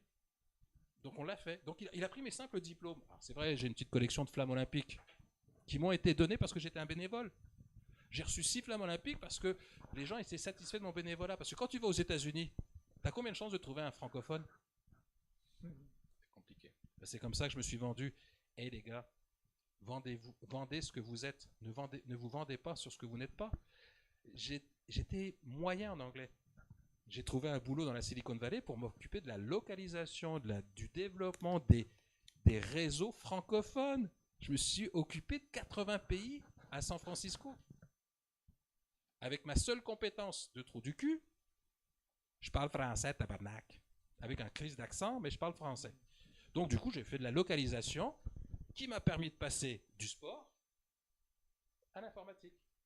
J'ai eu pas mal de prix, hein, l'équivalent des Oscars pour le développement informatique. Les mimes d'or. Je ne sais pas si ça te dit quelque chose à Montréal. Donc j'ai gagné des mimes. Je suis même devenu jury pour aider d'autres jeunes à développer d'autres applications logicielles. Et Montréal, c'est la mecque du e-sport. Sachez que Mattel, Infogrames, Ubisoft, tous les jeux de gaming que vous avez passent par Montréal pour la post-production. Tout ça, c'est né des Jeux Olympiques de 1976. On a commencé par ça, un tout petit truc de rien du tout. Avec IBM, c'était même pas un 286 qu'ils avaient comme chips. Hein.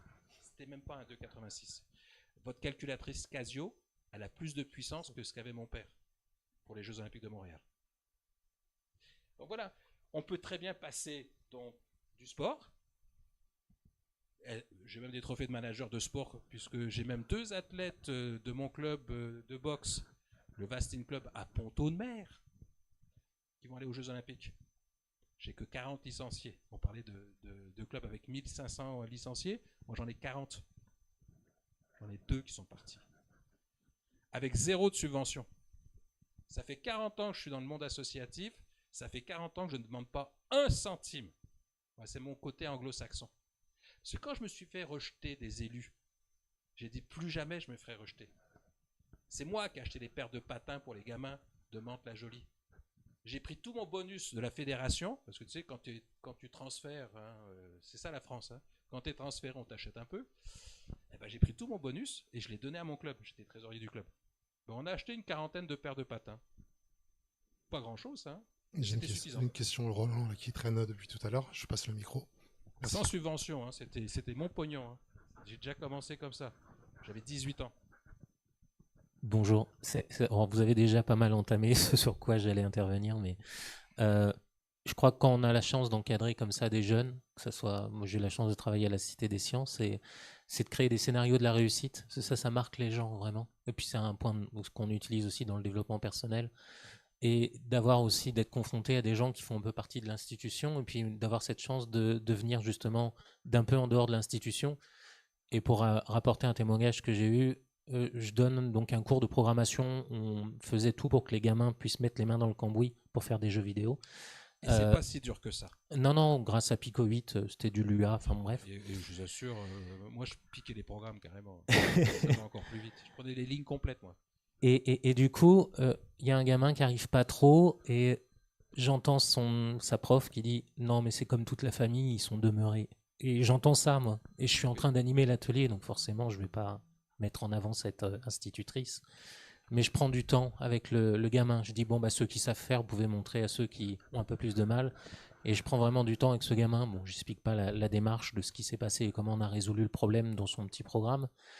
Et j'ai vraiment rien dit à l'institutrice, mais à la fin, j'ai été la voir. Le problème, c'est que si vous continuez à faire ça, en traitant l'enfant et toute la famille de demeurer, ça va jamais fonctionner, parce que lui, l'image qu'il va avoir, c'est l'image qu'il va jamais réussir dans la vie.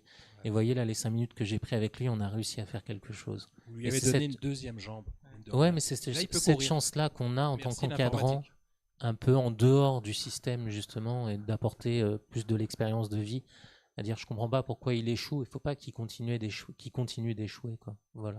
Dans une vie, on peut très bien échouer. C'est une petite parenthèse, mais il faut croiser les bonnes personnes. C'est le facteur chance, vous savez.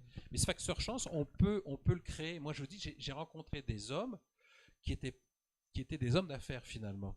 Mais je réalise en vous parlant que c'était plutôt des hommes d'affaires et qui m'ont inculqué des valeurs où il ne faut pas que j'attende du service public qu'il me donne quelque chose, mais plutôt de dire, est-ce que, vu mon parcours, et si j'ai un petit peu d'argent de côté, est-ce que je ne peux pas être un mécène pour un petit jeune, ce que j'ai fait avec Maxime Collat, j'étais finalement un peu son mécène. C'est pas de l'argent, mais c'est un peu comme vous l'écoutez, vous voyez sa faiblesse, vous voyez la faiblesse de son environnement, parce que souvent c'est l'environnement, et je vous assure que des fois, le pire du pire, c'est les parents. Je vous assure. Et en même temps, et ce qui était vraiment très intéressant dans ce témoignage, c'est que vous avez dit à quel point c'était important l'échec. Mais effectivement, pour certains jeunes, c'est déjà d'être mis, et que le sport le permet, le jeu vidéo le permet, absolument, en situation de réussite. Et ça, c'est vrai que, ayant travaillé aussi pas mal avec des jeunes, j'ai vu à quel point pour certains, en fait, ça manque ces conditions de réussite, et à quel point ça peut créer des déclics vraiment très forts et se permettre, un peu comme vous l'avez illustré, moi j'ai trouvé ça très intéressant, la création d'une seconde jambe. Et oui, finalement, je me trompe peut-être, mais dans votre parcours, on entend, moi j'ai aussi entendu ça, c'est que du sport et puis finalement de ce que vous avez été capable de développer, vous en venez à être capable de pouvoir reprendre un jeu vidéo, le craquer et puis le reproduire. Ah, c'est pas très gentil, mais c'est vrai. Non, et puis de fil en aiguille, on se retrouve à la Silicon Valley, etc. Ouais. Et il y a des marches, il y a des étapes, mais c'est vrai que on se rend bien compte que ça peut partir effectivement d'une activité physique et sportive pour ensuite aller beaucoup plus loin. Et dans votre parcours, on voit bien jeux vidéo, numérique, sport, etc. Il n'y a plus de frontières, quoi. Mais il n'y en a jamais eu. Alors moi, ma grande tristesse, c'est que moi, je sors de l'ESSEC et à 2 promotions d'écart d'Estanguet. J'ai proposé d'intégrer dans Académie Paris 2024 du numérique. Okay, mais pas en formation. Du numérique en pédagogie. Eh ben, j'ai essuyé un échec. Il dit de toute façon, c'est carrément lui, on est dans le sport. Il dit carrément, et il l'a dit dans le CIO, c'était il y a 7 ans. Il disait non, le e-sport, c'est pas du sport. Donc il n'y en aura pas aux Jeux Olympiques de Paris. J'ai aidé Los Angeles. J'avoue, parce que je suis anglo-saxon, j'ai passé 10 ans en Californie. Vous pensez bien que je n'ai pas coupé les ponts, notamment avec le basket. C'est parce que j'ai une flamme olympique qui m'a été remise par le président du basket américain. Il s'appelait Peter Uberroth. Et en union, je sortais avec sa fille Heidi Uberroth, tout bien tout honneur, mais sur Paris. pour lui montrer la beauté de Paris. Et ça c'est quelque chose d'impérissable. Et là, vous avez la délégation américaine qui est là. Mais si Heidi Huberot, qui est maintenant vice-présidente de la FIBA, vient, rappelez-moi. Ouais, on va essayer. C'est ça l'union. On va essayer de s'en charger. Voyez, on va créer le date. T'inquiète pas, Roland. Une date 50 ans avec des enfants entre les deux, parce que je crois qu'elle a 3 enfants, moi aussi. Mais vous voyez, c'est ça la vie. Ouais, non, mais carrément. Alors, je t'invite à revenir dans le cadre. Il y a, enfin, te rasseoir. T'as raison. Et je on t'ai a une dit, moi, je question suis là-bas. ligne 404. Ah bah, c'est très bien. Mais je pense qu'on a tous un petit côté not found ici. Hein, donc, je suis un peu borderline. T'as une question là-bas, Olivier? C'est pas une question, c'est pas de l'association Execo, en la personne de Valérie, qui est la directrice de l'association Execo. Si vous pouvez lui faire une petite place. Mais bien pour sûr. Mais l'accueillir. attends, non, qu'elle prenne ma place. Elle peut prendre la mienne, moi je sais Vas-y, rien. vas-y. Elle vous rejoint immédiatement. Voilà, merci. Applaudissez, Merci. Execo. Ça va et toi? On s'est déjà vu. Mais oui, avec Campus 2023. Vous avez repris des apprentis? J'ai recruté Paul. Alors Paul, pour votre information, c'est un de mes stagiaires du rugby. Il était chômeur. C'est vrai, hein? Tu peux témoigner. Il était chômeur. Pendant 2 ans, je l'ai coaché pour lui faire comprendre qu'il était quelqu'un de très bien. Et il avait des origines. Il venait, je veux pas dire de métis, Algérie-France. Algérie-France, voilà. Et il était meilleur que moi. J'arrêtais pas de lui dire, mais Paul, t'es meilleur que moi. C'est vrai, il est meilleur que moi. Mais il y croyait pas, parce que qu'est-ce qu'un vieux peut dire? Parce que d'habitude, il avait toujours l'habitude d'avoir des gens plus âgés qui lui enfonçaient la tête sous l'eau. Pendant 2 ans, avec la Fédération française de rugby, Campus 2023 et la Fédération française du bénévolat, et votre merveilleuse fédération, parce que derrière Execo, il y a une très belle fédération aussi, eh bien, il a repris confiance. Et on est sur le Val d'Oise.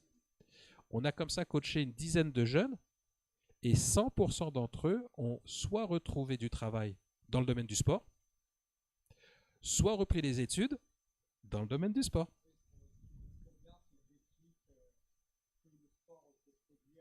Mais on a fait plein d'animations numériques. Vous savez quoi? Au début, j'arrivais pas à les canaliser. On a joué aux jeux vidéo pendant presque 6 mois. Bravo. Je la connais par contre. Hein. Du coup, bonjour. Moi, c'est Valérie. Je suis effectivement directrice de l'association Execo et déléguée de l'UFOLEP 95. Donc, c'est la fédération à laquelle Execo appartient. Merveilleuse fédération de jeunesse et éducation populaire. Tout à fait. Du coup, Execo, ça fait une petite vingtaine d'années que je l'ai créé avec des copines. Je suis issue du handball. L'objectif, c'est d'utiliser le sport comme outil de santé, outil d'insertion, d'éducation. Donc voilà, on se déploie essentiellement sur Cergy-Pontoise, puisque c'est là que j'habite. Mais avec des partenaires comme l'IFAC, des fois on va ailleurs sur d'autres territoires. En fait, l'objectif, c'est vraiment toujours de se dire que le sport, c'est un outil. Et on peut tout faire, on peut vraiment travailler avec tous les publics à travers la pratique sportive. Alors nous, on ne fait pas de e-sport parce qu'on n'a pas encore... Appelle-moi. Ouais, voilà, c'est ça. On ouvre Campus 2030 au mois de septembre. Eh ben, pourquoi pas. À Argenteuil, même endroit, même place. On travaille avec un peu du numérique, mais plutôt sur des murs interactifs. Mais en fait, tout ce que vous avez dit depuis tout à l'heure, ça me parle. On a la volonté d'accompagner les jeunes. C'est comme ça qu'effectivement, on a régulièrement des apprentis, des stagiaires. Parce que quand moi j'ai commencé il y a une vingtaine d'années, j'étais très jeune. Jadis. Ouais, mais t'étais handballeuse quand même. Oui, mais effectivement, quand on a monté l'association en disant, bah voilà, on veut faire du sport autrement, à 22 ans, les collectivités nous ont un peu regardé en disant, bon, ils sont gentils, des gens issus de l'immigration pour la plupart, des cofondatrices de l'association, on n'a pas le poids, et le milieu sportif français est quand même assez marqué. Et t'imagines, pour un blanc comme moi, c'était pire encore, j'avais pas la crédibilité, j'étais pas black. mais bon, après quand on regarde, voilà, le sport aujourd'hui en France, quand on va dans les institutions, c'est quand même assez... les cheveux blancs, il y en a beaucoup. Des hommes, il y en a beaucoup. Même trop, hein, des cheveux blancs. Voilà, c'est un peu marqué, on va dire comme ça. Donc voilà, l'idée, c'est vraiment ça pour nous, c'est de permettre à vraiment chacun de prendre plaisir, comme nous, on avait pris plaisir dans la pratique du handball, partout et pour tous. Donc on a des pratiquants à partir de 9 mois, donc dès qu'ils commencent à marcher, jusqu'à 80, la plus âgée, puisque c'est une femme, elle a 93 ans. Waouh. Voilà. Mais là maintenant, il est temps peut-être que tu passes au numérique là maintenant. Hein, il faut que tu viennes dans le e-sport là maintenant. Hein. En fait, l'association, c'est un milieu vivant. Donc chaque membre apporte un peu sa pierre à l'édifice. On n'a pas encore accueilli de pépites qui aient envie de développer le e-sport. Voilà, c'est pour ça que ce n'est pas encore... Mais la porte, elle n'est jamais fermée. Du coup, moi, je trouve ça super comme projet. Et justement, sur cet accompagnement des jeunes, est-ce que vous voyez que le sport, à la fois, enfin moi, il y a 3 dimensions qui m'intéressent et à voir si ça, de quelle manière ça résonne avec votre activité. Enfin, sur la question des valeurs, parce que c'est vrai que le sport, ça permet de mettre et de matérialiser un certain nombre de valeurs, de vivre ensemble, etc. Je pense aussi aux compétences qu'on peut acquérir dans le sport et j'imagine que c'est un levier aussi assez fort du sport en tant qu'objet de médiation et peut-être aussi d'expériences vécues au sens un peu plus général. Est-ce que finalement ces 3 dimensions que vous travaillez, peut-être de quelle manière ça s'incarne concrètement, cet accompagnement, voilà. Alors, il s'incarne de différentes manières. On a des programmes vraiment spécifiques où on accompagne les jeunes pendant 6-7 mois vers les métiers de l'animation et du sport. Enfin, voilà, nous, on n'invente pas ce qu'on ne sait pas faire. Et en fait, on est sur une gouvernance horizontale. Donc, chaque personne qui rentre un peu dans...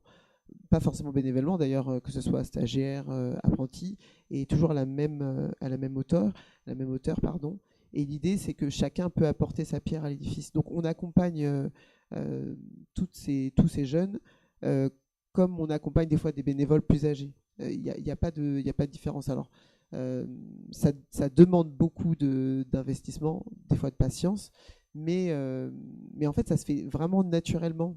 Et puis, on n'oublie pas qu'on a été jeune aussi et que des fois, la parole est décrédibilisée du fait de la jeunesse. Là, c'est un effort au quotidien de se dire, en fait, exprime-toi, n'hésite pas, prends la parole, tu as envie de monter ça, tu nous expliques. Si ça correspond aux valeurs de l'association, on te suit, il n'y a aucun souci. Et du coup, en fait, on ne s'interroge pas sur la manière de les accompagner parce que finalement, c'est naturel. Moi, j'avais une question aussi, et n'hésitez pas dans le public si vous en avez, sur la question de... Parce que là, ce qu'on se dit, c'est qu'il y a plein de témoignages déjà sur effectivement à quel point le sport, ça peut être un levier formidable pour remobiliser, pour activer des choses. Moi, je me pose la question de la transférabilité, c'est-à-dire que finalement, est-ce qu'aujourd'hui, à moins qu'on se dirige vraiment dans les métiers en lien avec le sport, est-ce que, et peut-être que ça vous pouvez aussi répondre ou des personnes qui y participent, est-ce que les entreprises valorisent ça? Est-ce que c'est socialement valorisé la pratique sportive? Est-ce que vous voyez par exemple dans les jeunes que vous accompagnez sur le plan de l'insertion professionnelle, effectivement ils arrivent à valoriser une pratique sportive, un engagement aussi associatif Alors, je ne sais pas si je suis la plus... Je prendrai le relais. Ouais, voilà, si je suis la mieux placée. J'ai l'impression en tout cas que oui, ça devient un levier et quelque chose qui est valorisé, même si en mon sens, ça reste un peu basique, quoi. C'est pas encore vraiment développé comme ça pourrait l'être. Oui, je suis président de Culture du Cœur. Donc on recherche de plus en plus des relations plus précises avec Execo. C'est pas facile, mais on espère y arriver. Alors, par rapport à votre question, disons que depuis 2-3 ans maintenant, on essaie d'utiliser la médiation sportive pour l'insertion sociale, bien sûr, d'abord au niveau des jeunes. Et quand on a fait découvrir certaines pratiques à des jeunes de structures sociales, soit de prévention, surtout de prévention et autres, on les a fait rencontrer des clubs de handball, de basket, à Saint-Ouen-l'Aumône, à Cergy, tout ça. Et je peux vous dire que rien que le fait de participer à ce type de rencontre, ça démultiplie complètement la confiance en soi, mais aussi une dynamique de relationnelle. Et aujourd'hui, vraiment, disons, c'est bien dommage qu'on a découpé d'un côté la culture et le sport, parce que le sport, c'est un facteur relationnel important. On a oublié que le support numéro 1 de la communication, c'est la rencontre physique de l'autre. Et aujourd'hui, voilà. Et donc aujourd'hui, il faudrait que le numérique, l'écran soit un motivateur, un motivant pour relancer cette relation physique avec l'autre et pas un enfermement simplement dans une sédentarité. Et je crois qu'aujourd'hui, pour les jeunes, c'est quelque chose de fondamental. Alors on espère développer beaucoup plus nos relations avec Execo. Nous sommes en relation, nous, avec toutes les structures sociales du département. Mais en même temps, il n'y a pas du tout de sensibilisation des travailleurs sociaux à cette dimension-là. Est-ce que je peux prendre Pas le du relais? tout. Attends, je finis. Ah, d'accord, vas-y. Il y avait à un moment donné à l'ILEPS, ils avaient une structure APA, activité physique adaptée. Ça, ils ont supprimé, ça vient d'être remis en place. Aujourd'hui, il y a un développement de la santé du sport très fort. Il y a un développement de l'APA très fort aujourd'hui. Je suis aussi au comité Pierre de Coubertin et on est très sensible à ça et on suit ça très bien. D'ailleurs, le référent technique, c'est le président Jean-Marie Turgis de ça. Et il y a une dimension aujourd'hui qui est vraiment à développer. Elle est fondamentale pour le problème de la société et l'insertion des jeunes dans la société. Tout à fait. Alors, vraiment tout à fait d'accord avec vous. Et Execo est vraiment un pilier là-dessus. Pour l'avoir pratiqué, parce qu'on faisait du coaching ensemble, hein, et franchement, si on arrive à décloisonner jeunesse, éducation populaire, culture et sport, et qu'on arrive plutôt à travailler en union, là, on a des très belles perspectives. Parce que souvent, les enfants se trompent. Moi, personnellement, je me suis trompé en tant que jeune. Moi, j'étais persuadé que j'allais être joueur de hockey sur glace professionnel. Okay. Donc, si j'avais pas par le biais des rencontres décloisonné mon rêve qui était de devenir joueur professionnel de hockey sur glace, j'aurais fait une grosse déprime et probablement que j'aurais raté peut-être une carrière qui de toute façon était vouée à l'échec, hein, parce qu'on est joueur de hockey sur glace 4 ans, 8 ans, 10 ans, j'aurais pas pu aller jusqu'à 65 ans ou 92 ans. J'aurais jamais pu. Okay. Et donc, heureusement que j'ai rencontré des gens qui m'ont obligé à décloisonner sport et numérique, sport et e-sport, sport et jeunesse, et sport et ce que vous faites très bien chez Execo, c'est sport et accompagnement vers la pratique du bénévolat, essentiellement chez les femmes. J'adore ce que vous faites sur Octobre Rose, par exemple, magnifique. Et puis d'autres opérations. Nous, ce qu'on fait, c'est l'AFM Téléthon. C'est très important de décloisonner. Okay, et donc, du coup, pourquoi on est tous ensemble ici? C'est parce qu'il y a une chance pour les jeunes même si on est en situation d'échec, parce qu'on rêve de devenir le prochain Mbappé. Ça, c'est le rêve que j'entends le plus souvent en ce moment. Ils rêvent tous, mais enfin, le problème, c'est que c'est les parents qui rêvent qu'ils deviennent Mbappé. Ils se foutent sur la gueule sur les terrains de sport, et ils oublient qu'il y a 99 chances sur 100 qu'ils ne deviennent pas Mbappé, le gamin.